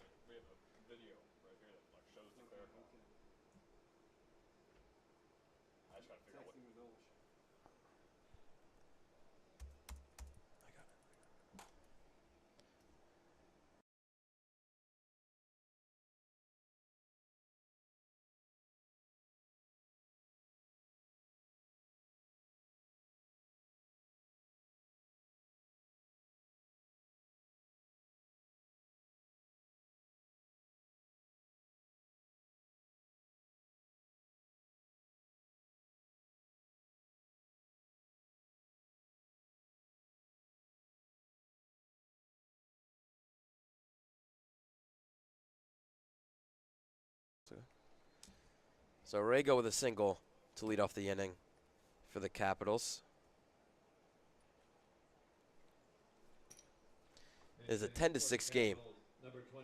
Right now the Generals are leading. Had a confusion about DeClercq last inning on the sacrifice fly. It was called that he was out and he left too early. Just wasn't noticed by us in the press box, so back to normal now.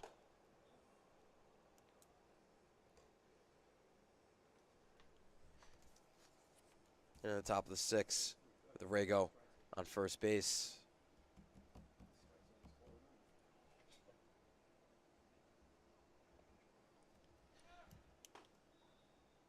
Check swing, called strike.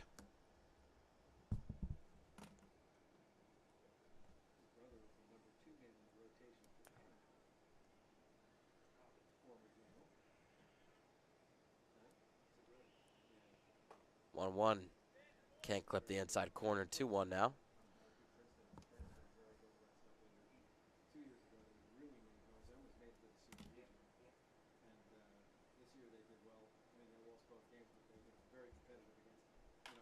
That one grounded right side. Bobbling, but making the throw to first base for the first out of the inning. Here in the top of the 6th.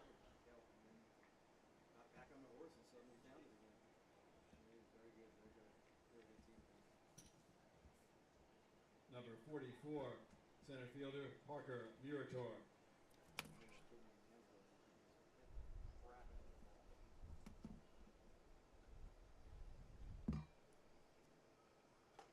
The first pitch of Murator is in there.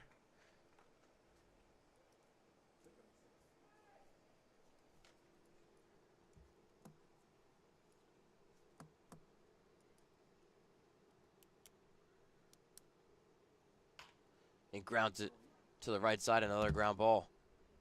And another bobble, and that one will be an error.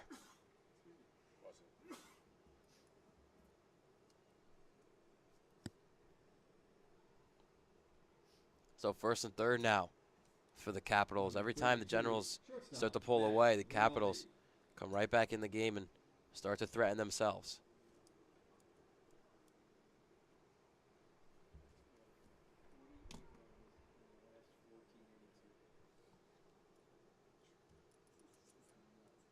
Now Rinaldi takes a called strike.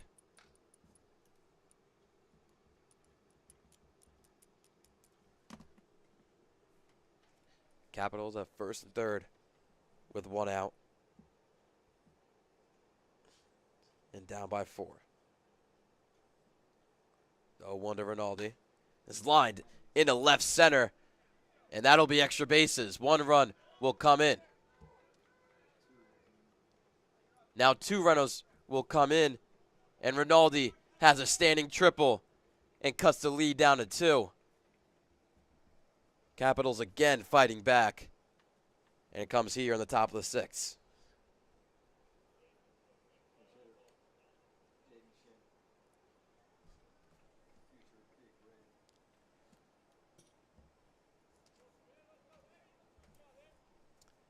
Now pinch hitter for Jack Talent will be Jaden Shin. Didn't get the start today, which is unusual, but has played great as a Capital so far. 308 average with an 819 OPS. Takes the first pitch for a called strike.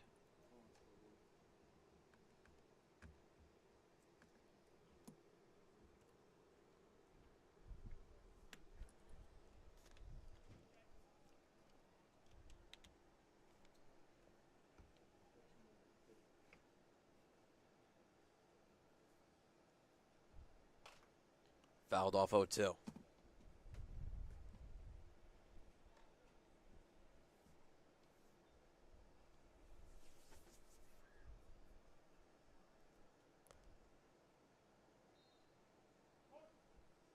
Rinaldi really coming up clutch for the Capitals and keeping them in this game. We have an eventful one here at Moody.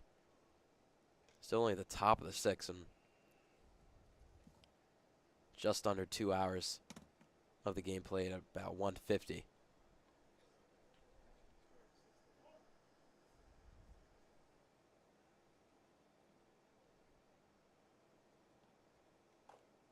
Shin spoils it. Still an 0-2 count for Moisen to Shin.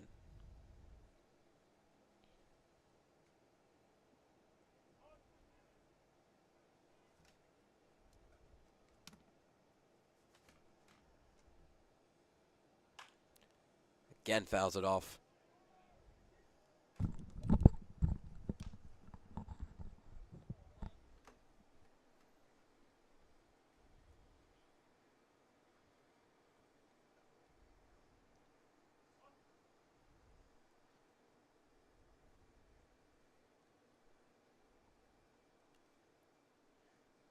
This will be Moisen's 25th pitch. Inside first ball of the count. Yes, after a strike and 4 straight fouls, finally. Ball there from Moisen. And too low, 2-2. And yes, I am back on the call. I had a lot of confusion, as we talked about before. I had to just figure it all out, but we are all set to go now, and we should be for the rest of the game. Grounds it up the middle. Kelly will make the throw to first base, but now the Capitals are only down by 1. Rinaldi will come in on the ground out to first base, and Shin will earn himself an RBI on the pinch hit. Number 20, first baseman Michael Fedor.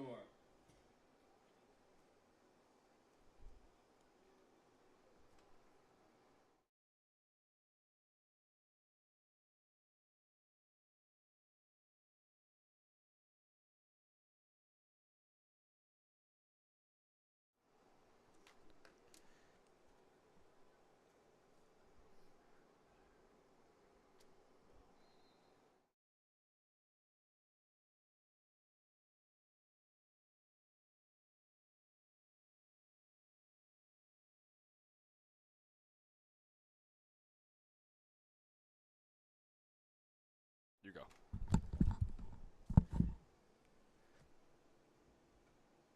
The 1-1 pitch to Fedor is fouled off.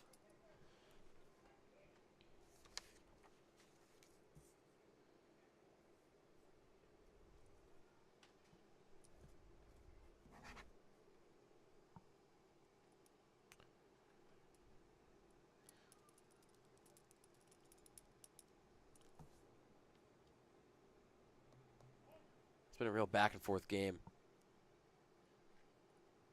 Started with the Capitals leading 3-0. The Generals making a 4-3 game. Then they haven't lost a lead since then, but it's always been a close one.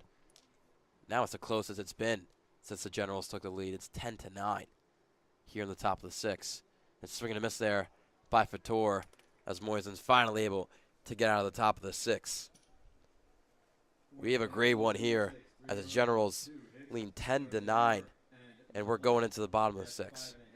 The Generals 10, the Capitals 9.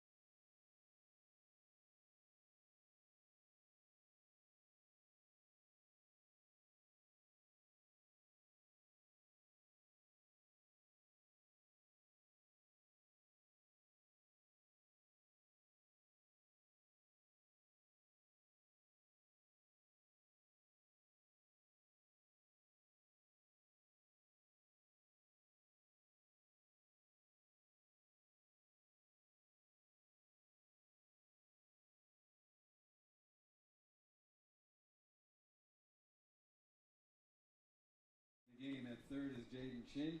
At second, Drew Harris Bombowski. And the right and left fielders comes in for relief in the bottom of the sixth. Carl Wisman, As Generals left. are up by one Leading off for the after Generals, what's been an first eventful baseman, number 4.5 17, innings. Deacon Bound. Sorry, rather 5.5 innings. We're in the bottom of the sixth here. And Greensang, through his 2 innings, pitched over 50 times, allowed 6 earned runs.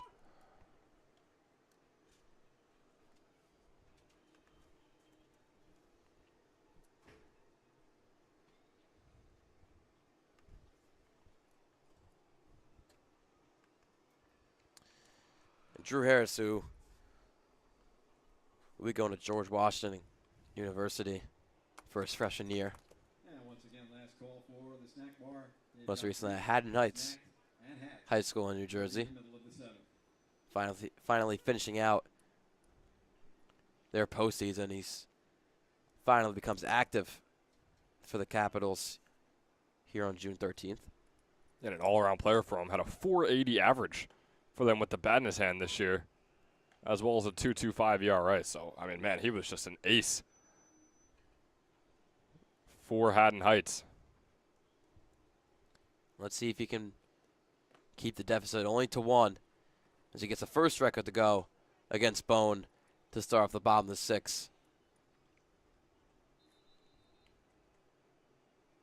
Yeah, pitched just about 47 innings for Haddon Heights in this senior season.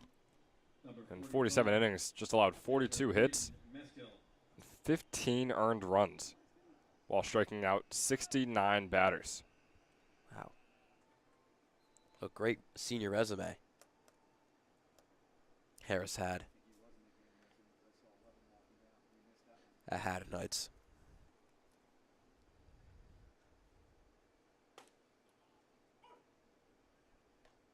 Gotta say, Ben, for an 0-2 pitch down to Soto, Capitals are loaded with going to be freshmen at very good colleges.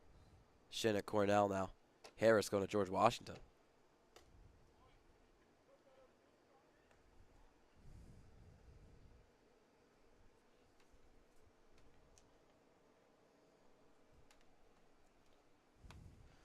The 1-2 to Meskills, ground up the middle.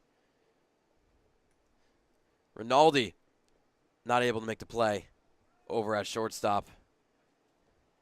Tracking to his left side and kind of lollipopping it to first base. Chmesko was able to get there in time. Throw the first man on for the Generals here in the bottom of the sixth.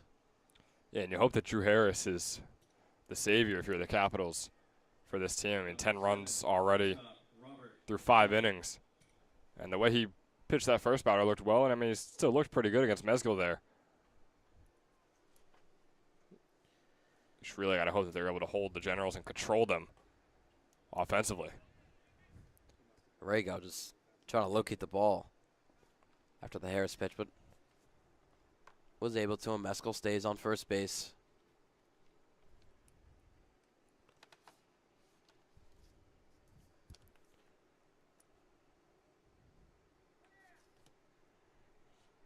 It's now Robert Kelly who has the most RBIs today for the Generals, leading with 3. And grounds it up the middle. Starts with 6, now 4. 3 double play. Capitals, who made it only down by 1 in the top of the 6th, end off with a double play in the bottom. And the Generals lead by 1, and we're going into the 7th.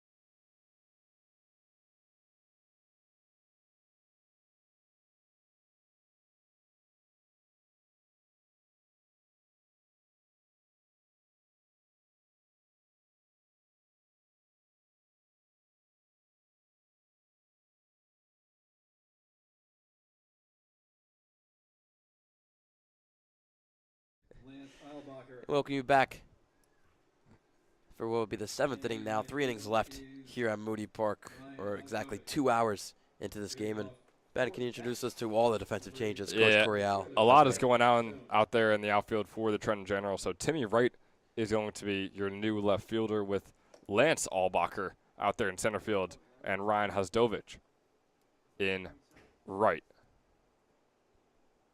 Actually, it's going to be Logan Eilbacher. That's my mistake out there in center. Got two brothers on the same team. So maybe that's why.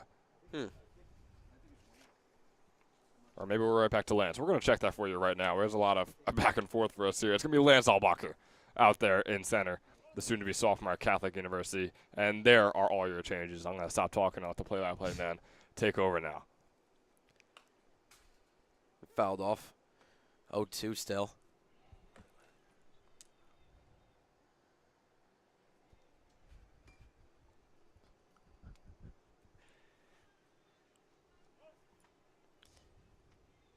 Tyler Stone is 0 for 2. And Moisen still out there with 32 pitches now, grounded over to Dominici. He takes the hop. And a little too late and actually passed Bone at first base.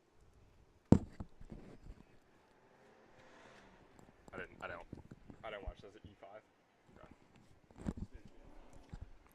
Yeah, and Jack, I was just about to compliment Dominici over there on third. I thought he read that ball very well. Was backed up perfectly to get it right in his mitt, right at chest level. But then again, Number 3, miss on the throw over there to first. Murphy.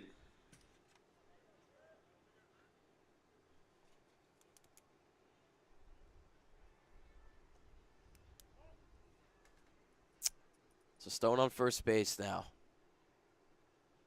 with Griffin Murphy up the bat. Murphy finally put the bat to ball in his last at-bat, getting a 2 RBI double. Sorry, that was counted as a single.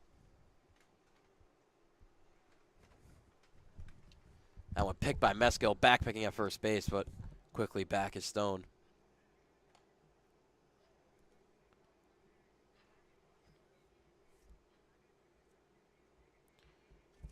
Moisen nearing, actually at 37 pitches now.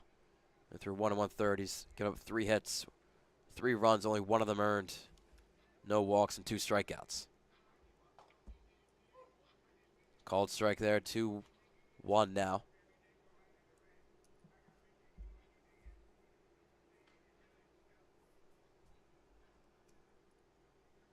And taking off first base is Stone. Throw down is way to the right, and Kelly wasn't able to stop it, but it was Wargo who deflected it.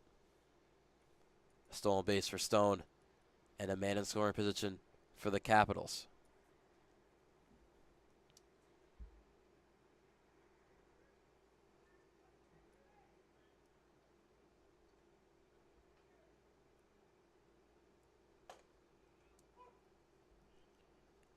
Capitals were down 8-3 at one point, then down 10-6 at another point.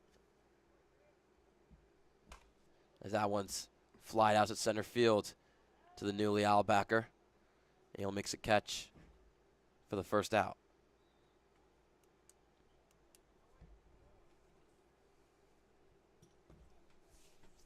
Number 15, left fielder Carl.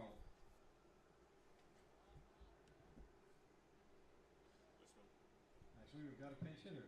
This is number 5, Braden Keller. Well, pinch hitter for the Capitals is they're trying to still tie up this game. 1 out with a man on second. That's Stone out there, and Braden Keller comes in to pitch hit for Wisman, which is surprising. Wisman's having a great day. He's 2 for 3 with a couple RBIs. That's popped up. First pitch, Dominici with a one-handed catch comfortably for the second out.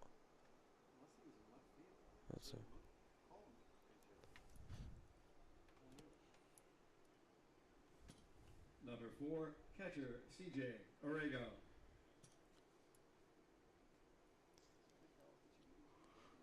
Now Rego came in for Jack Moses earlier in the game. Rego made his mark to start the game with a single.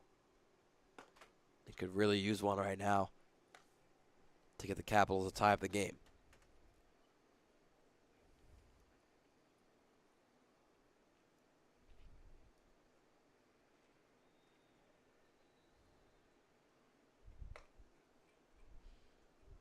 Break pitch outside 2-0.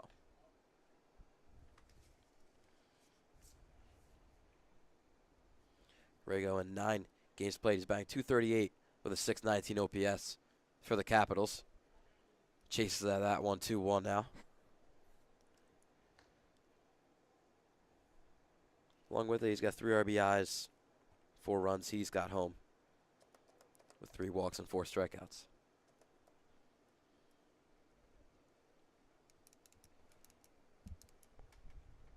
One fouled off.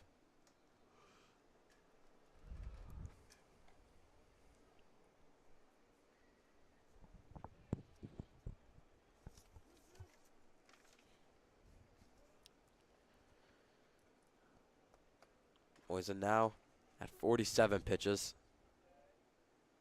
And here comes the 2-2. Popped up.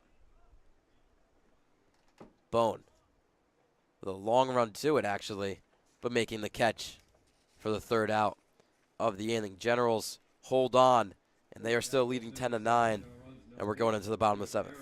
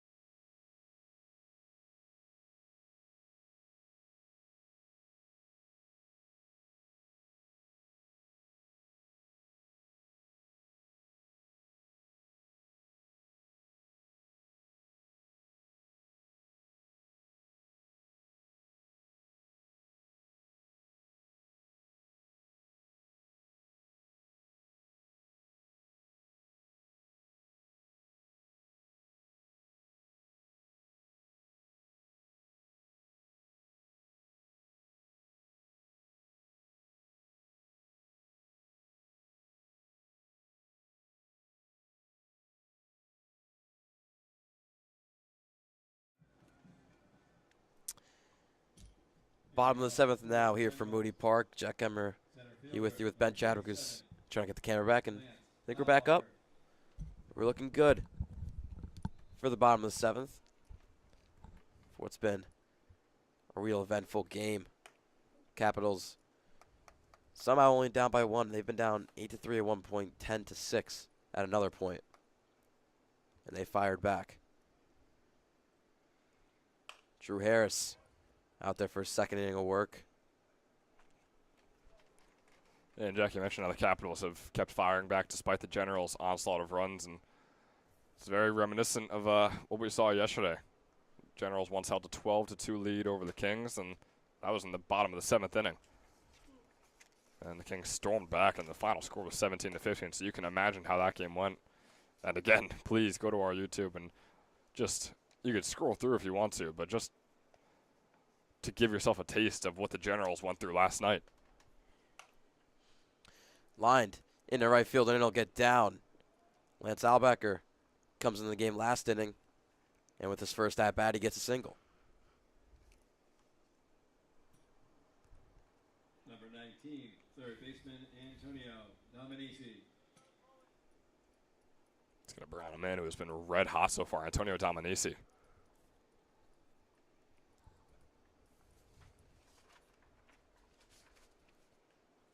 Who has a lot on the line with this at-bat here. I mean, if you can get another single, you might get the coveted award.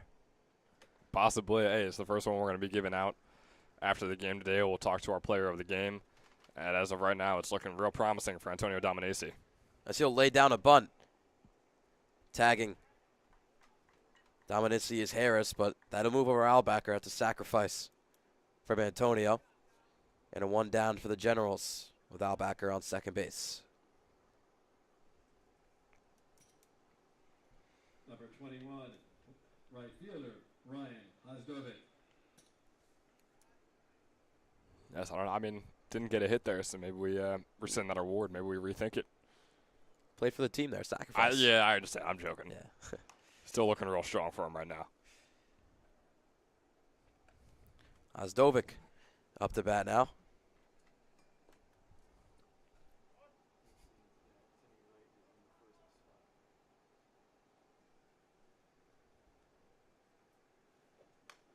He fouls it off. Late 0-2 pitch going his way. The junior for Babson College. 5 games played with the Generals, banked .267. Last time he played was against actually the Capitals on Tuesday night. 1 for 2. He reached on error in his third plate appearance.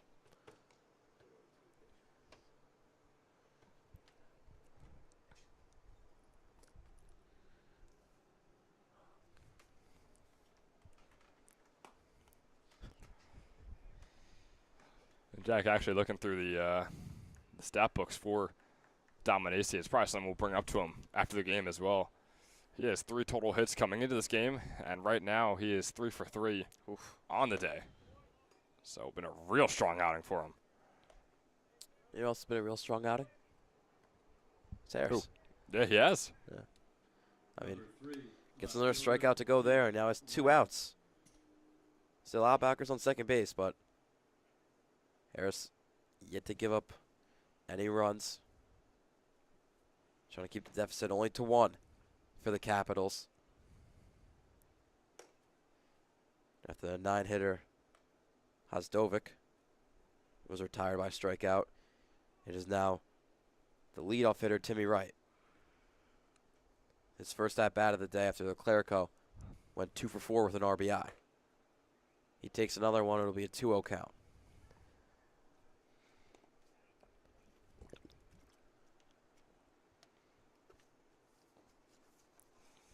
And this could be the first inning in a very long time where we don't see a single run. I say a very long time. It could be the first inning all game we don't see a single run.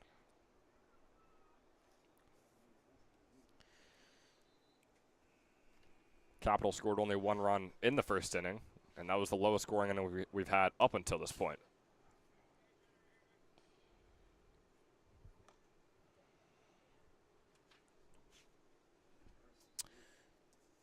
Right, hasn't been playing like he did in the spring with Keene University. Where in 14 games, he batted .450 with a .563 OPS. Right now, in 9 games with the Generals, he's batting .269. Still with 3 RBIs and 3 walks. It's really his problem's been the 7 strikeouts. Yeah, and it doesn't seem like our team mascot Blue is a fan of those. No. Only 7 strikeouts. Yeah.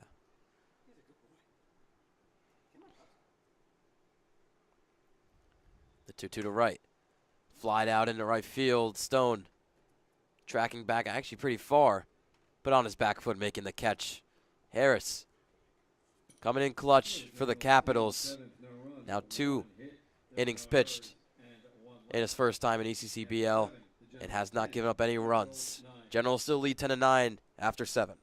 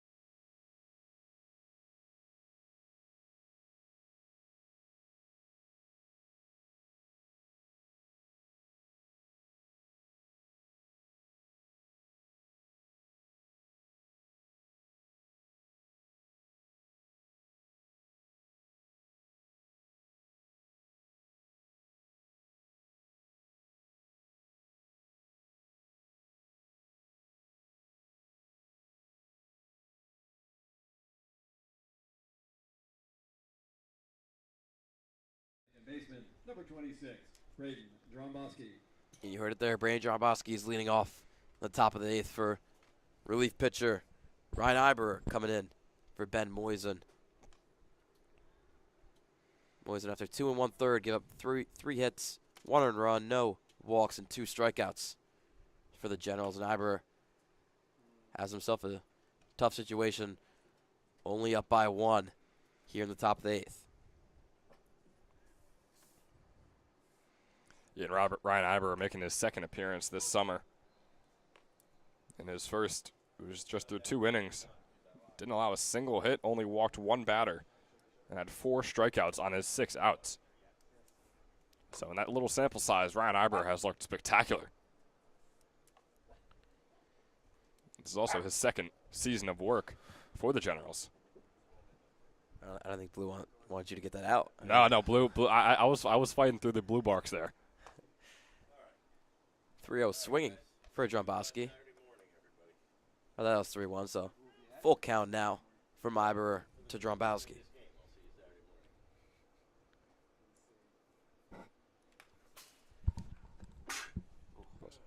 Yeah, and Iber last season in the ACCBL with the Generals pitched in 3 games and just 4 innings, but allowed 4 earned runs in those 4 innings. But Not been the case this not season. not been the case this season at all, and he's looking to keep it that way in this real high intensity situation he's been thrown into here in the top of the 8th.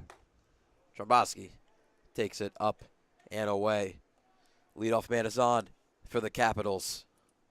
And we're back to the top of the order with Murator. You got the tying run on first. This is a big situation here for the Capitals in the 8th inning. They have 6 outs to work with to just get 1 run. Murator has been the designated leadoff hitter for the full season for the Capitals. He's 0 for 4 today, along with a 190 average on the season.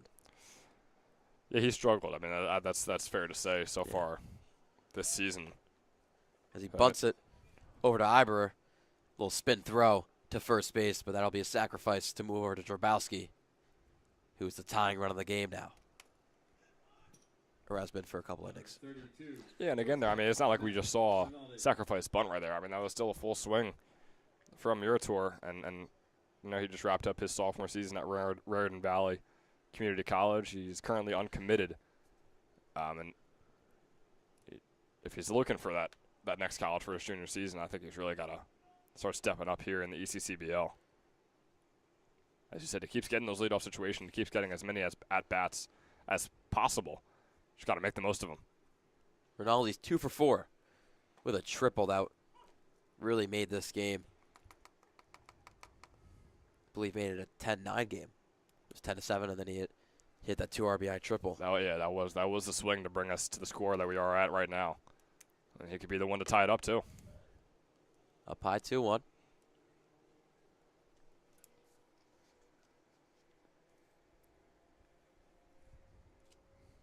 See how much Dromboski's speed is going to be a threat at second base. No stolen bases yet for him as a Capital.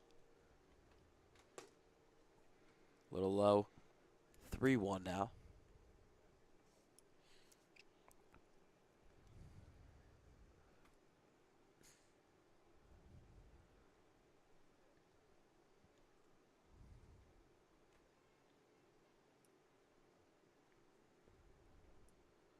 And Iber's 11th pitch. Sorry, 12th. Will be this one. A little too low, and he starts off with a walk out, and then another walk for Iber. The Capitals have a huge chance here now with Jaden Shin up the bat. Yeah, it's a huge batter too. I was just about to say this is his 5th game. He was 0 for 1 to start the day in this one on his first at bat, but on the season been playing very, very well. 308 average for him with an 819 OPS. Has that triple as well on the year, with a couple RBIs. So real dangerous bat here. He grounds it up the middle. A double play chance for Wargo with another error. And it'll be bases loaded now for the Capitals. Yeah, you know it was an error there on Wargo, but Man, that was a really, really tough one to read. Regardless, though, you got to get someone out. Someone has to get out on a fairly weak ground ball right over to the second baseman.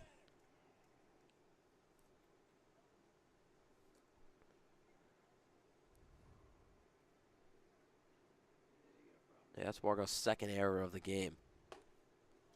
Alongside Dominici, who has 2, so they round up for the 4 errors made by the Generals. It's like the Capitals haven't made any as well. They've had 3 as well. Somewhat sloppy game here tonight. That one flied out right field. It's going to be foul, but will it stay in play? Will go out.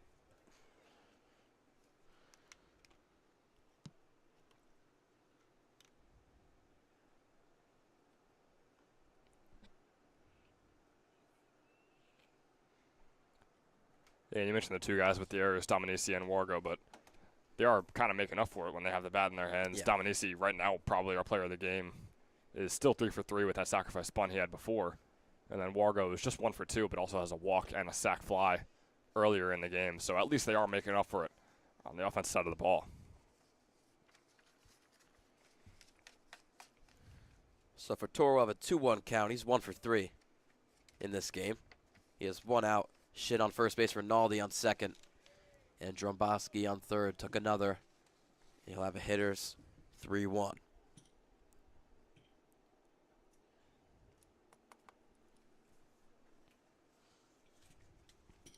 Nobody warming up in the Generals bullpen. Is still one of the first inning for Iber.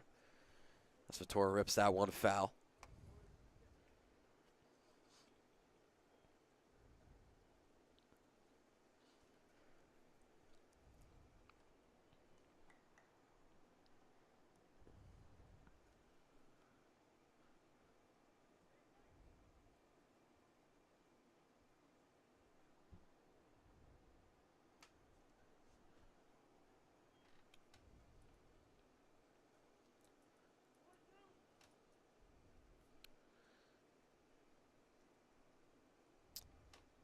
Back again.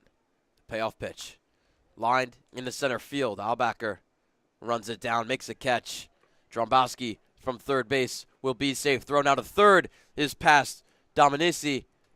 But Rinaldi will stick there. Shin will move over to second base, and we have ourselves a tie game.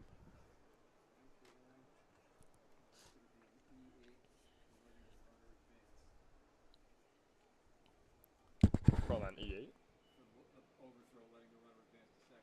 Okay. Oh, right. Number 18, right fielder Tyler Stone. 5th error to Generals or counter there from Albacker, overthrowing Dominici at third base on the tag up from Rinaldi.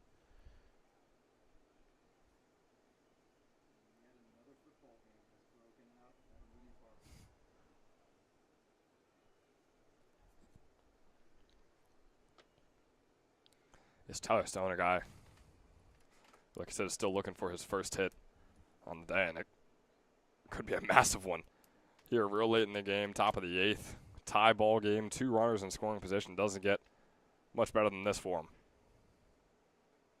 No, it does not. It is up high, 1-0. One thing you got to realize about the ECCBL, I mean, it was a very slow start in the first week and a half, 2 weeks. We're watching here at Moody Park this past 2 games, just blowing up with runs. They've been football scores. Yeah. I mean, they haven't. We saw 17-15 yesterday. It's a couple touchdowns and a field goal for the Giants. Now we see a touchdown and a field goal for both teams in this one. Like these scores for both teams being in double digits are just preposterous. Got to get a 2-point conversion, though, if you're the Kings last night. Yeah, the Kings did only score 1 touchdown, then 2 field goals, and a 2-point conversion on that touchdown. Or no, that doesn't math up right. We'll figure out the math later, though. Well, the wild pitch gets the run in for the Capitals, and they were down 8-3 and 10-6 at one point in this game. And after the wild pitch from Iberer, it is now 11-10, Capitals leading here in the top of the 8th. Yeah, so just as we were just talking about nonsense, complete nonsense about football scores and somehow finding a way to get football involved in this incredible baseball game. Yeah, one gets away from Iber, really the first of the game, too. I mean, he's looked – I mean, yeah, a lot of runs have come in, but in terms of having control over his pitches. He has looked solid in that respect, and there he goes again. Shin will stick at third base, though, as it stayed in the vicinity of Mescal.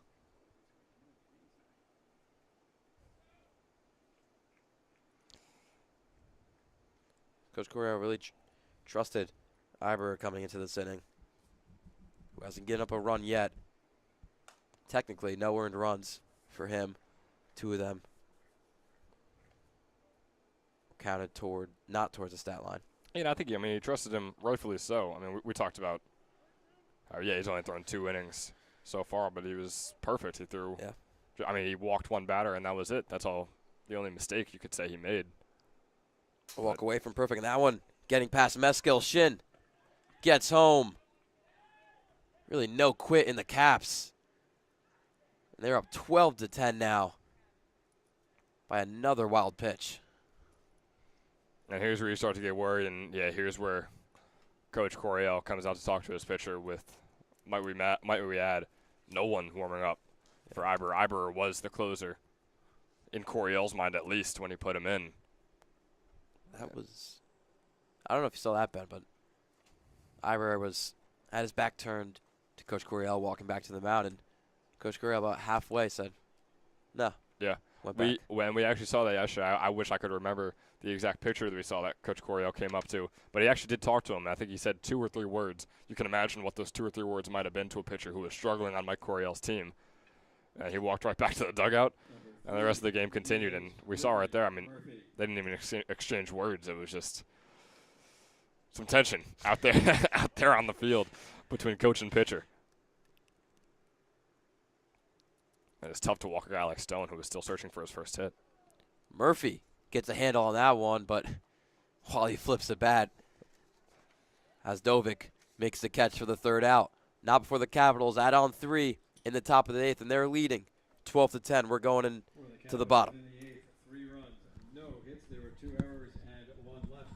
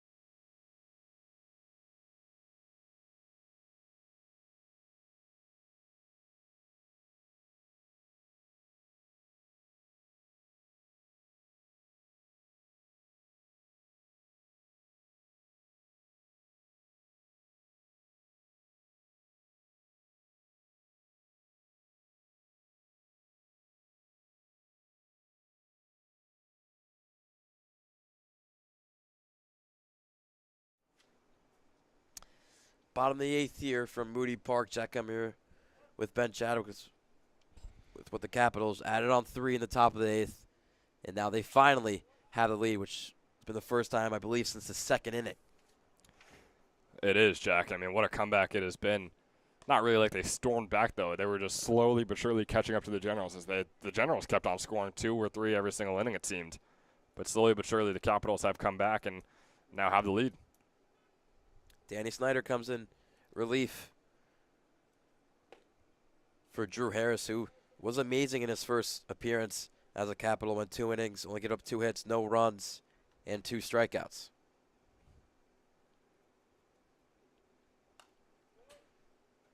Fouled off. 1-2 now to Wargo, who would like to get some redemption with his bat after an error made in the last inning. Yeah, again, real tough bounce for him to track down, but still got to get an out with the bases loaded in that situation. And he slaps one left side, but just foul. Talk about redemption. That would have been exactly what he was looking for. Yeah. It would have been a nice double for him right there.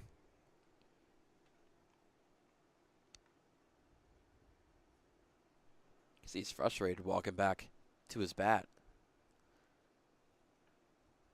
Just a couple of feet off from being a double.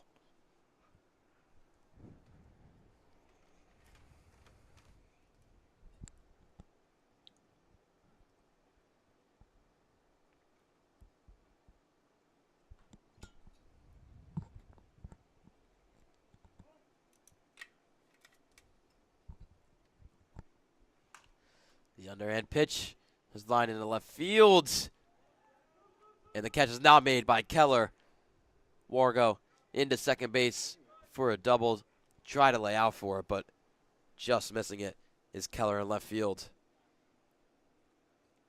And hey, that little blooper fly ball into left field was just a couple feet off for a foul, and would have been for a double, and he gets his double right there. So there you go. DH, Sean Martinez. Snyder, who's from Mount Laurel, New Jersey, has been great for the Capitals in 3 games played. 6 innings pitched, has earned a save, 3 hits, 1 earned run, 2 walks, and 4 strikeouts. Come out to a 1.16 ERA. Which through 3 games and 6 innings is notable. It's not really a small sample size at that point. But Martinez keeps the rally going, and now it's 1st and 3rd for the Generals with no outs in the bottom of the 8th. They're not going anywhere, Jack. They're not going anywhere. Neither team is going anywhere. I mean, This is the same offense we saw yesterday, and it translated right over into this game.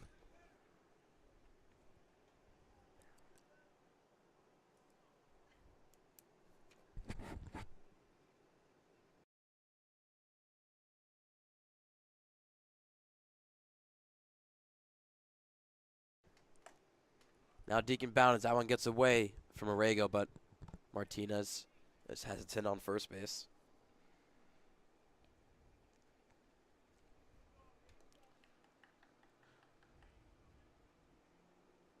Bound is 1 for 3. Has hit home plate twice himself. No RBIs yet though. Takes that one for a called strike.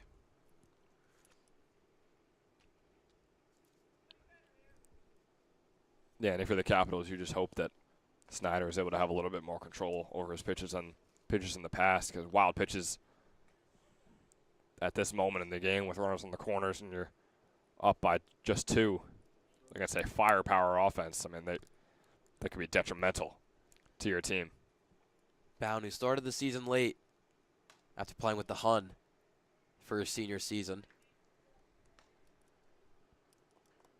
But since then, he's been amazing for the Generals in the 4 games played. He has 1,100 OPS.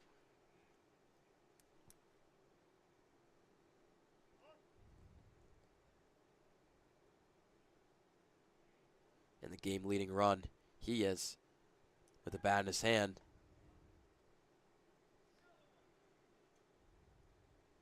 It's kind of funny, Snyder, when he picks off the first base, he also throws a submarine. Guess he just has it ingrained. Yeah, if it ain't broke, don't fix it.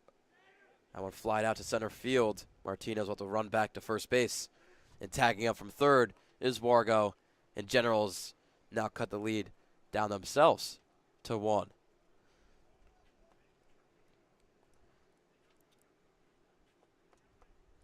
Here we go. I mean, Moody Park has seen 2 incredible baseball games the past 2 nights. We got another one here. They've all been the Generals. They just know how to put runs on the board in both ways, if you will. They know how to put it on the board when they got the bat in their hands and when they're trying to stop them. Outside. Now going down is Martinez and over the head of Drombowski. Murator not even going to throw it in hard from center field. And now the tying run is at third base. That's a tough error on Orrego there. Regardless, Martinez was probably going to be safe with a stolen base on second, but man, you might as well just hold on to the ball in that moment. Of course, I mean, you're a catcher, you got to have faith in your arm, and I'm sure he did there before he threw it.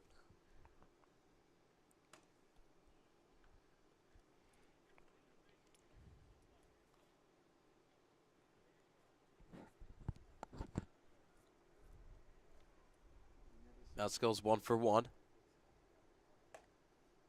Takes out one. For now, 2-1 count it will be.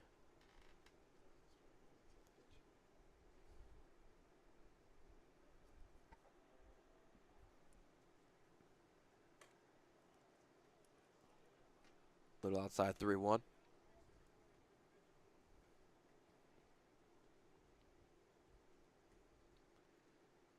Snyder's at 14 pitches now, 10 of them being strikes.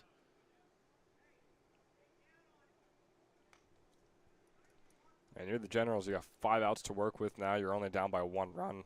1 run, excuse me. I think you're feeling pretty confident that you can get to 12 and at least tie this game up, but it's just a matter of if it'll still be tied after the top of the 9th. And it's popped up. Will this be the tying run? Stone with the catch. Martinez dashing. And the throw. Jumps over Orrego at home plate.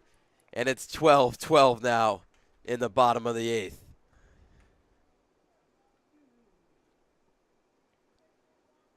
Boy, that really had a chance from the arm of Stone.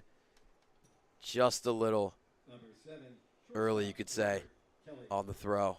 Yeah, and I think if Orrego still got his mid on it, I think Martinez was coming home no matter what and going to be safe. But yeah, it was some very, very nice power. And if it didn't bounce and it got straight over to Orrego with that velocity, I think we could have seen the 3rd out right there. No ducks in the pond for Kelly as he flies it out to right field, and the 3rd out is made by Stone. I mean, wow, we've had what a night here at Moody Park. A back-and-forth game, and it's tied up 12-12, 24 runs between the both teams, and we're going to the 9th inning.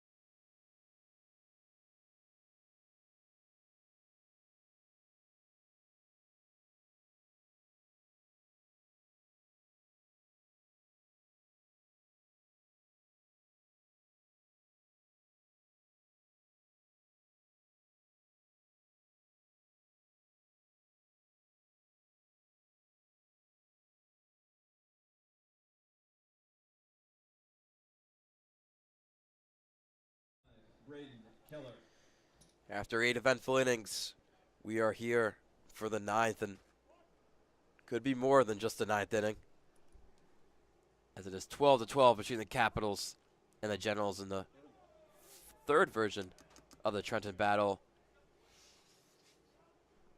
And the 9th inning starts off with a hit by pitch.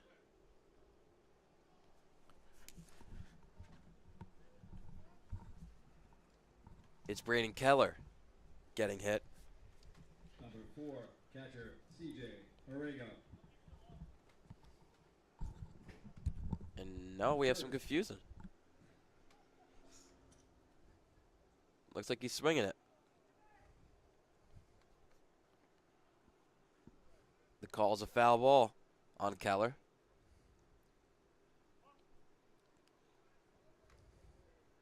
And we will have the lefty-lefty matchup in the dirt 1-1.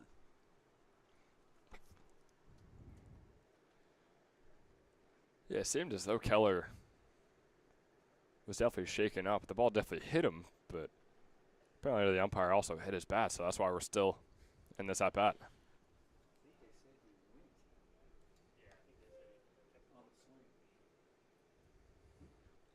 Keller popped out to Dominici in his first at-bat after coming in for Wisman. He grounds that one over to Wargo, ranging to his left and making the play for the first out of the ninth. Now batting, number 4, catcher CJ Orego.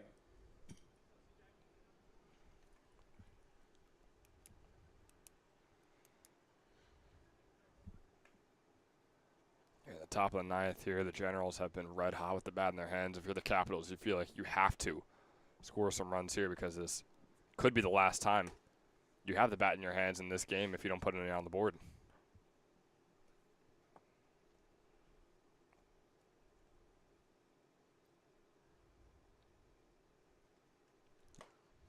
Check swing.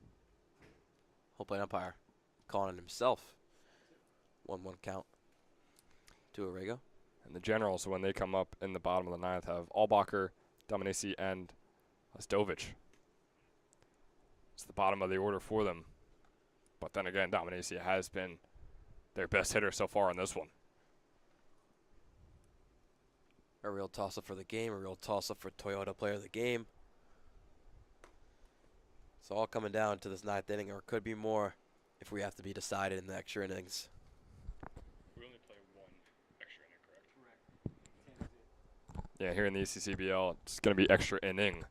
So regardless, after 10, no matter what the score is, we've seen a tie. There's a tie on the Generals' record right now. This game could end in a tie. And called strike, Orego was walking to first base. Gonna have to rewind. You see, did a little skip there. He used the same exact motion on his way to first and then on his way right back into the box. Foul tips it in to Mesco's glove, and Iber having a bounce back inning gets the first two down. This is big for Iber, giving your team a tie game with 3 outs to work with, which is all the Generals are going to need if they keep playing how they have been with the bat.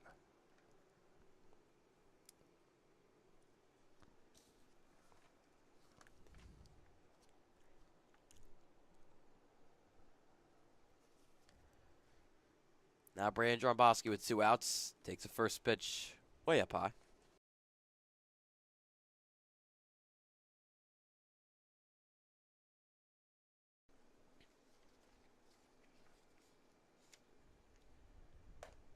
Swing and a miss there, 1-1.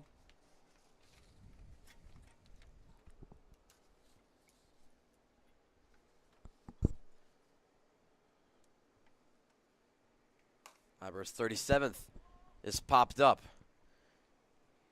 It'll be Azdovic making the catch for the 3rd out. So the Capitals come up short in the top of the 9th, and the Generals have a chance to walk it off. We will not be going to break for the 9th inning stretch. It is brought to you by Northfield Bank, full-service community bank with locations in New York and New Jersey. Each day, Northfield Bank upholds their mission to be the financial institution of choice for individuals and businesses by delivering innovative products and exceptional customer service. Need free checking, a home equity loan, or personalized business banking? Give Northfield a call today. Man, that sounds like a darn good bank. Yeah. Right over there. Seems like they can handle all my financial needs. So it'll be Danny Snyder coming in for his second inning of work and taking up his warm-up pitches now. We'll be right back with you. Give you guys a break before the bottom of the ninth.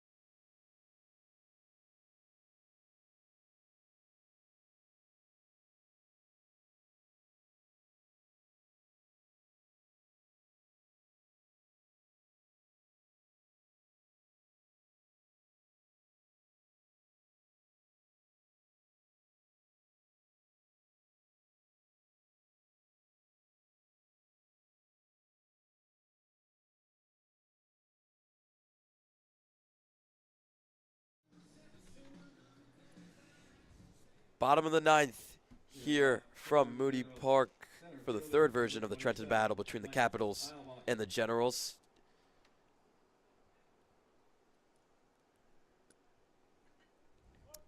It has been nothing short of chaotic this Thursday night between the two teams, combining for 24 runs up until this point. The Generals have a chance to walk it off.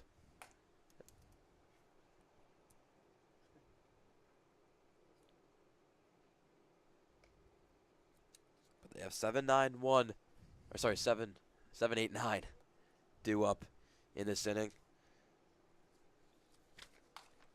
As Albacker gets it over the head of the shortstop, and he gets a leadoff single for the Generals. Number 19. That's the way it starts. Antonio Dominici. That's the way it starts, Jack. And then you bring on the red-hot hitter, Dominici, right here. And the Capitals are shaking in their boots, I can imagine.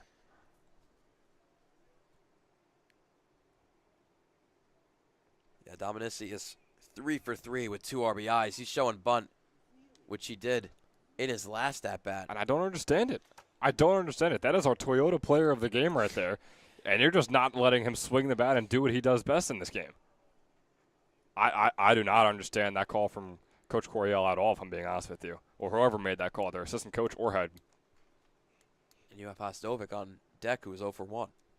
There he goes again. Snyder checking over at first.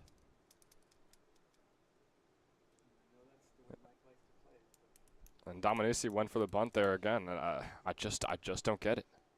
Have some faith. Again, checking first. Albacker is locked in on that back foot of Snyder.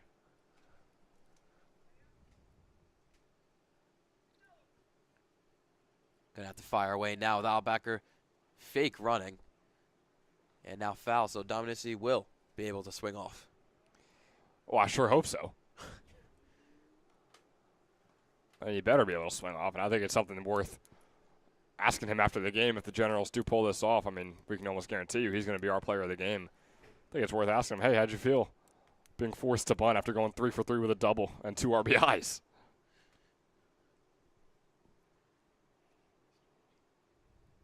Albacker takes off.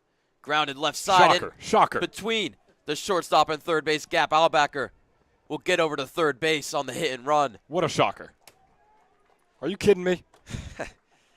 4 for 4 now is Dominici. Take him to Wendy's. And he moves over the game-winning run to third base.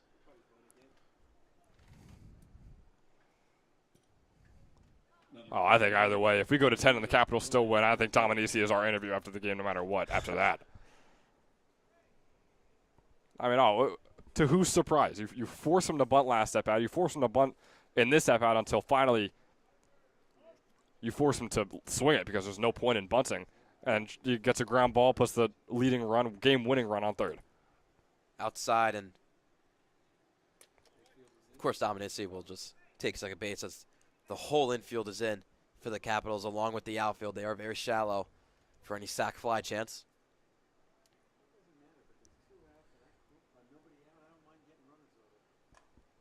Hostovic 0 for 1 with a strikeout. Fouls it off, 1-1. Yeah, at this point, all you need is obviously a single or a sack or a couple of walks, and that's game over. I mean, it is the best possible opportunity you could have if you're the Generals. Swing and a miss there. 1-2 for Danny Snyder, who's now given up 1 earned run with 4 hits in his stat line. Still waiting for the first out. Popped up and out of play behind the backstop.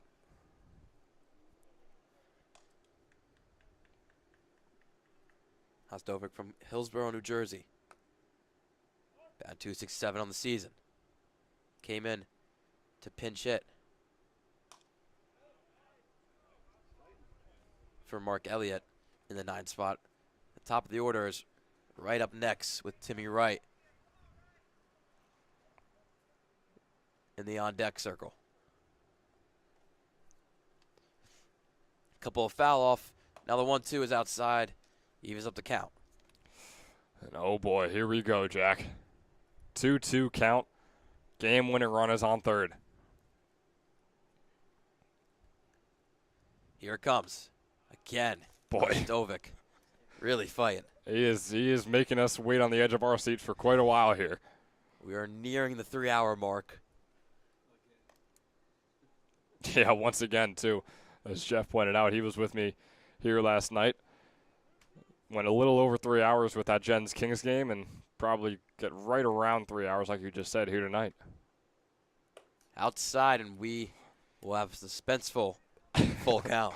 At least, I hope, with no more foul balls. This could be it right here if the Gens get something going in Hosdovic. Grounded, and in the hole! The Generals win it. They blew 2 leads, 8-3, 10-6, and they come back from 12-9 to win this one, 13-12 over the Capitals. It's the first time they've had a 2-game winning streak, and they move up to 4-5-1.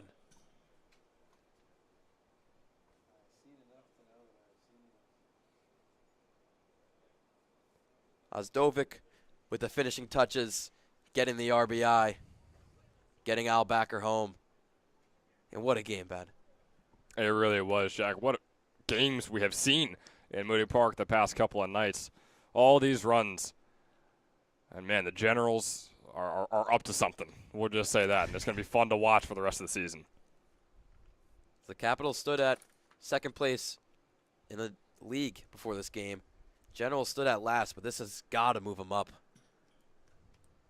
And with how they've been playing, you could see them start to track up the standings. But Iber will pick up the win. Danny Snyder will pick up the loss. And after 25 runs here at Moody Park, that'll be it for us. So for Ben Chadwick and me, Jack Kemmler, have a great night.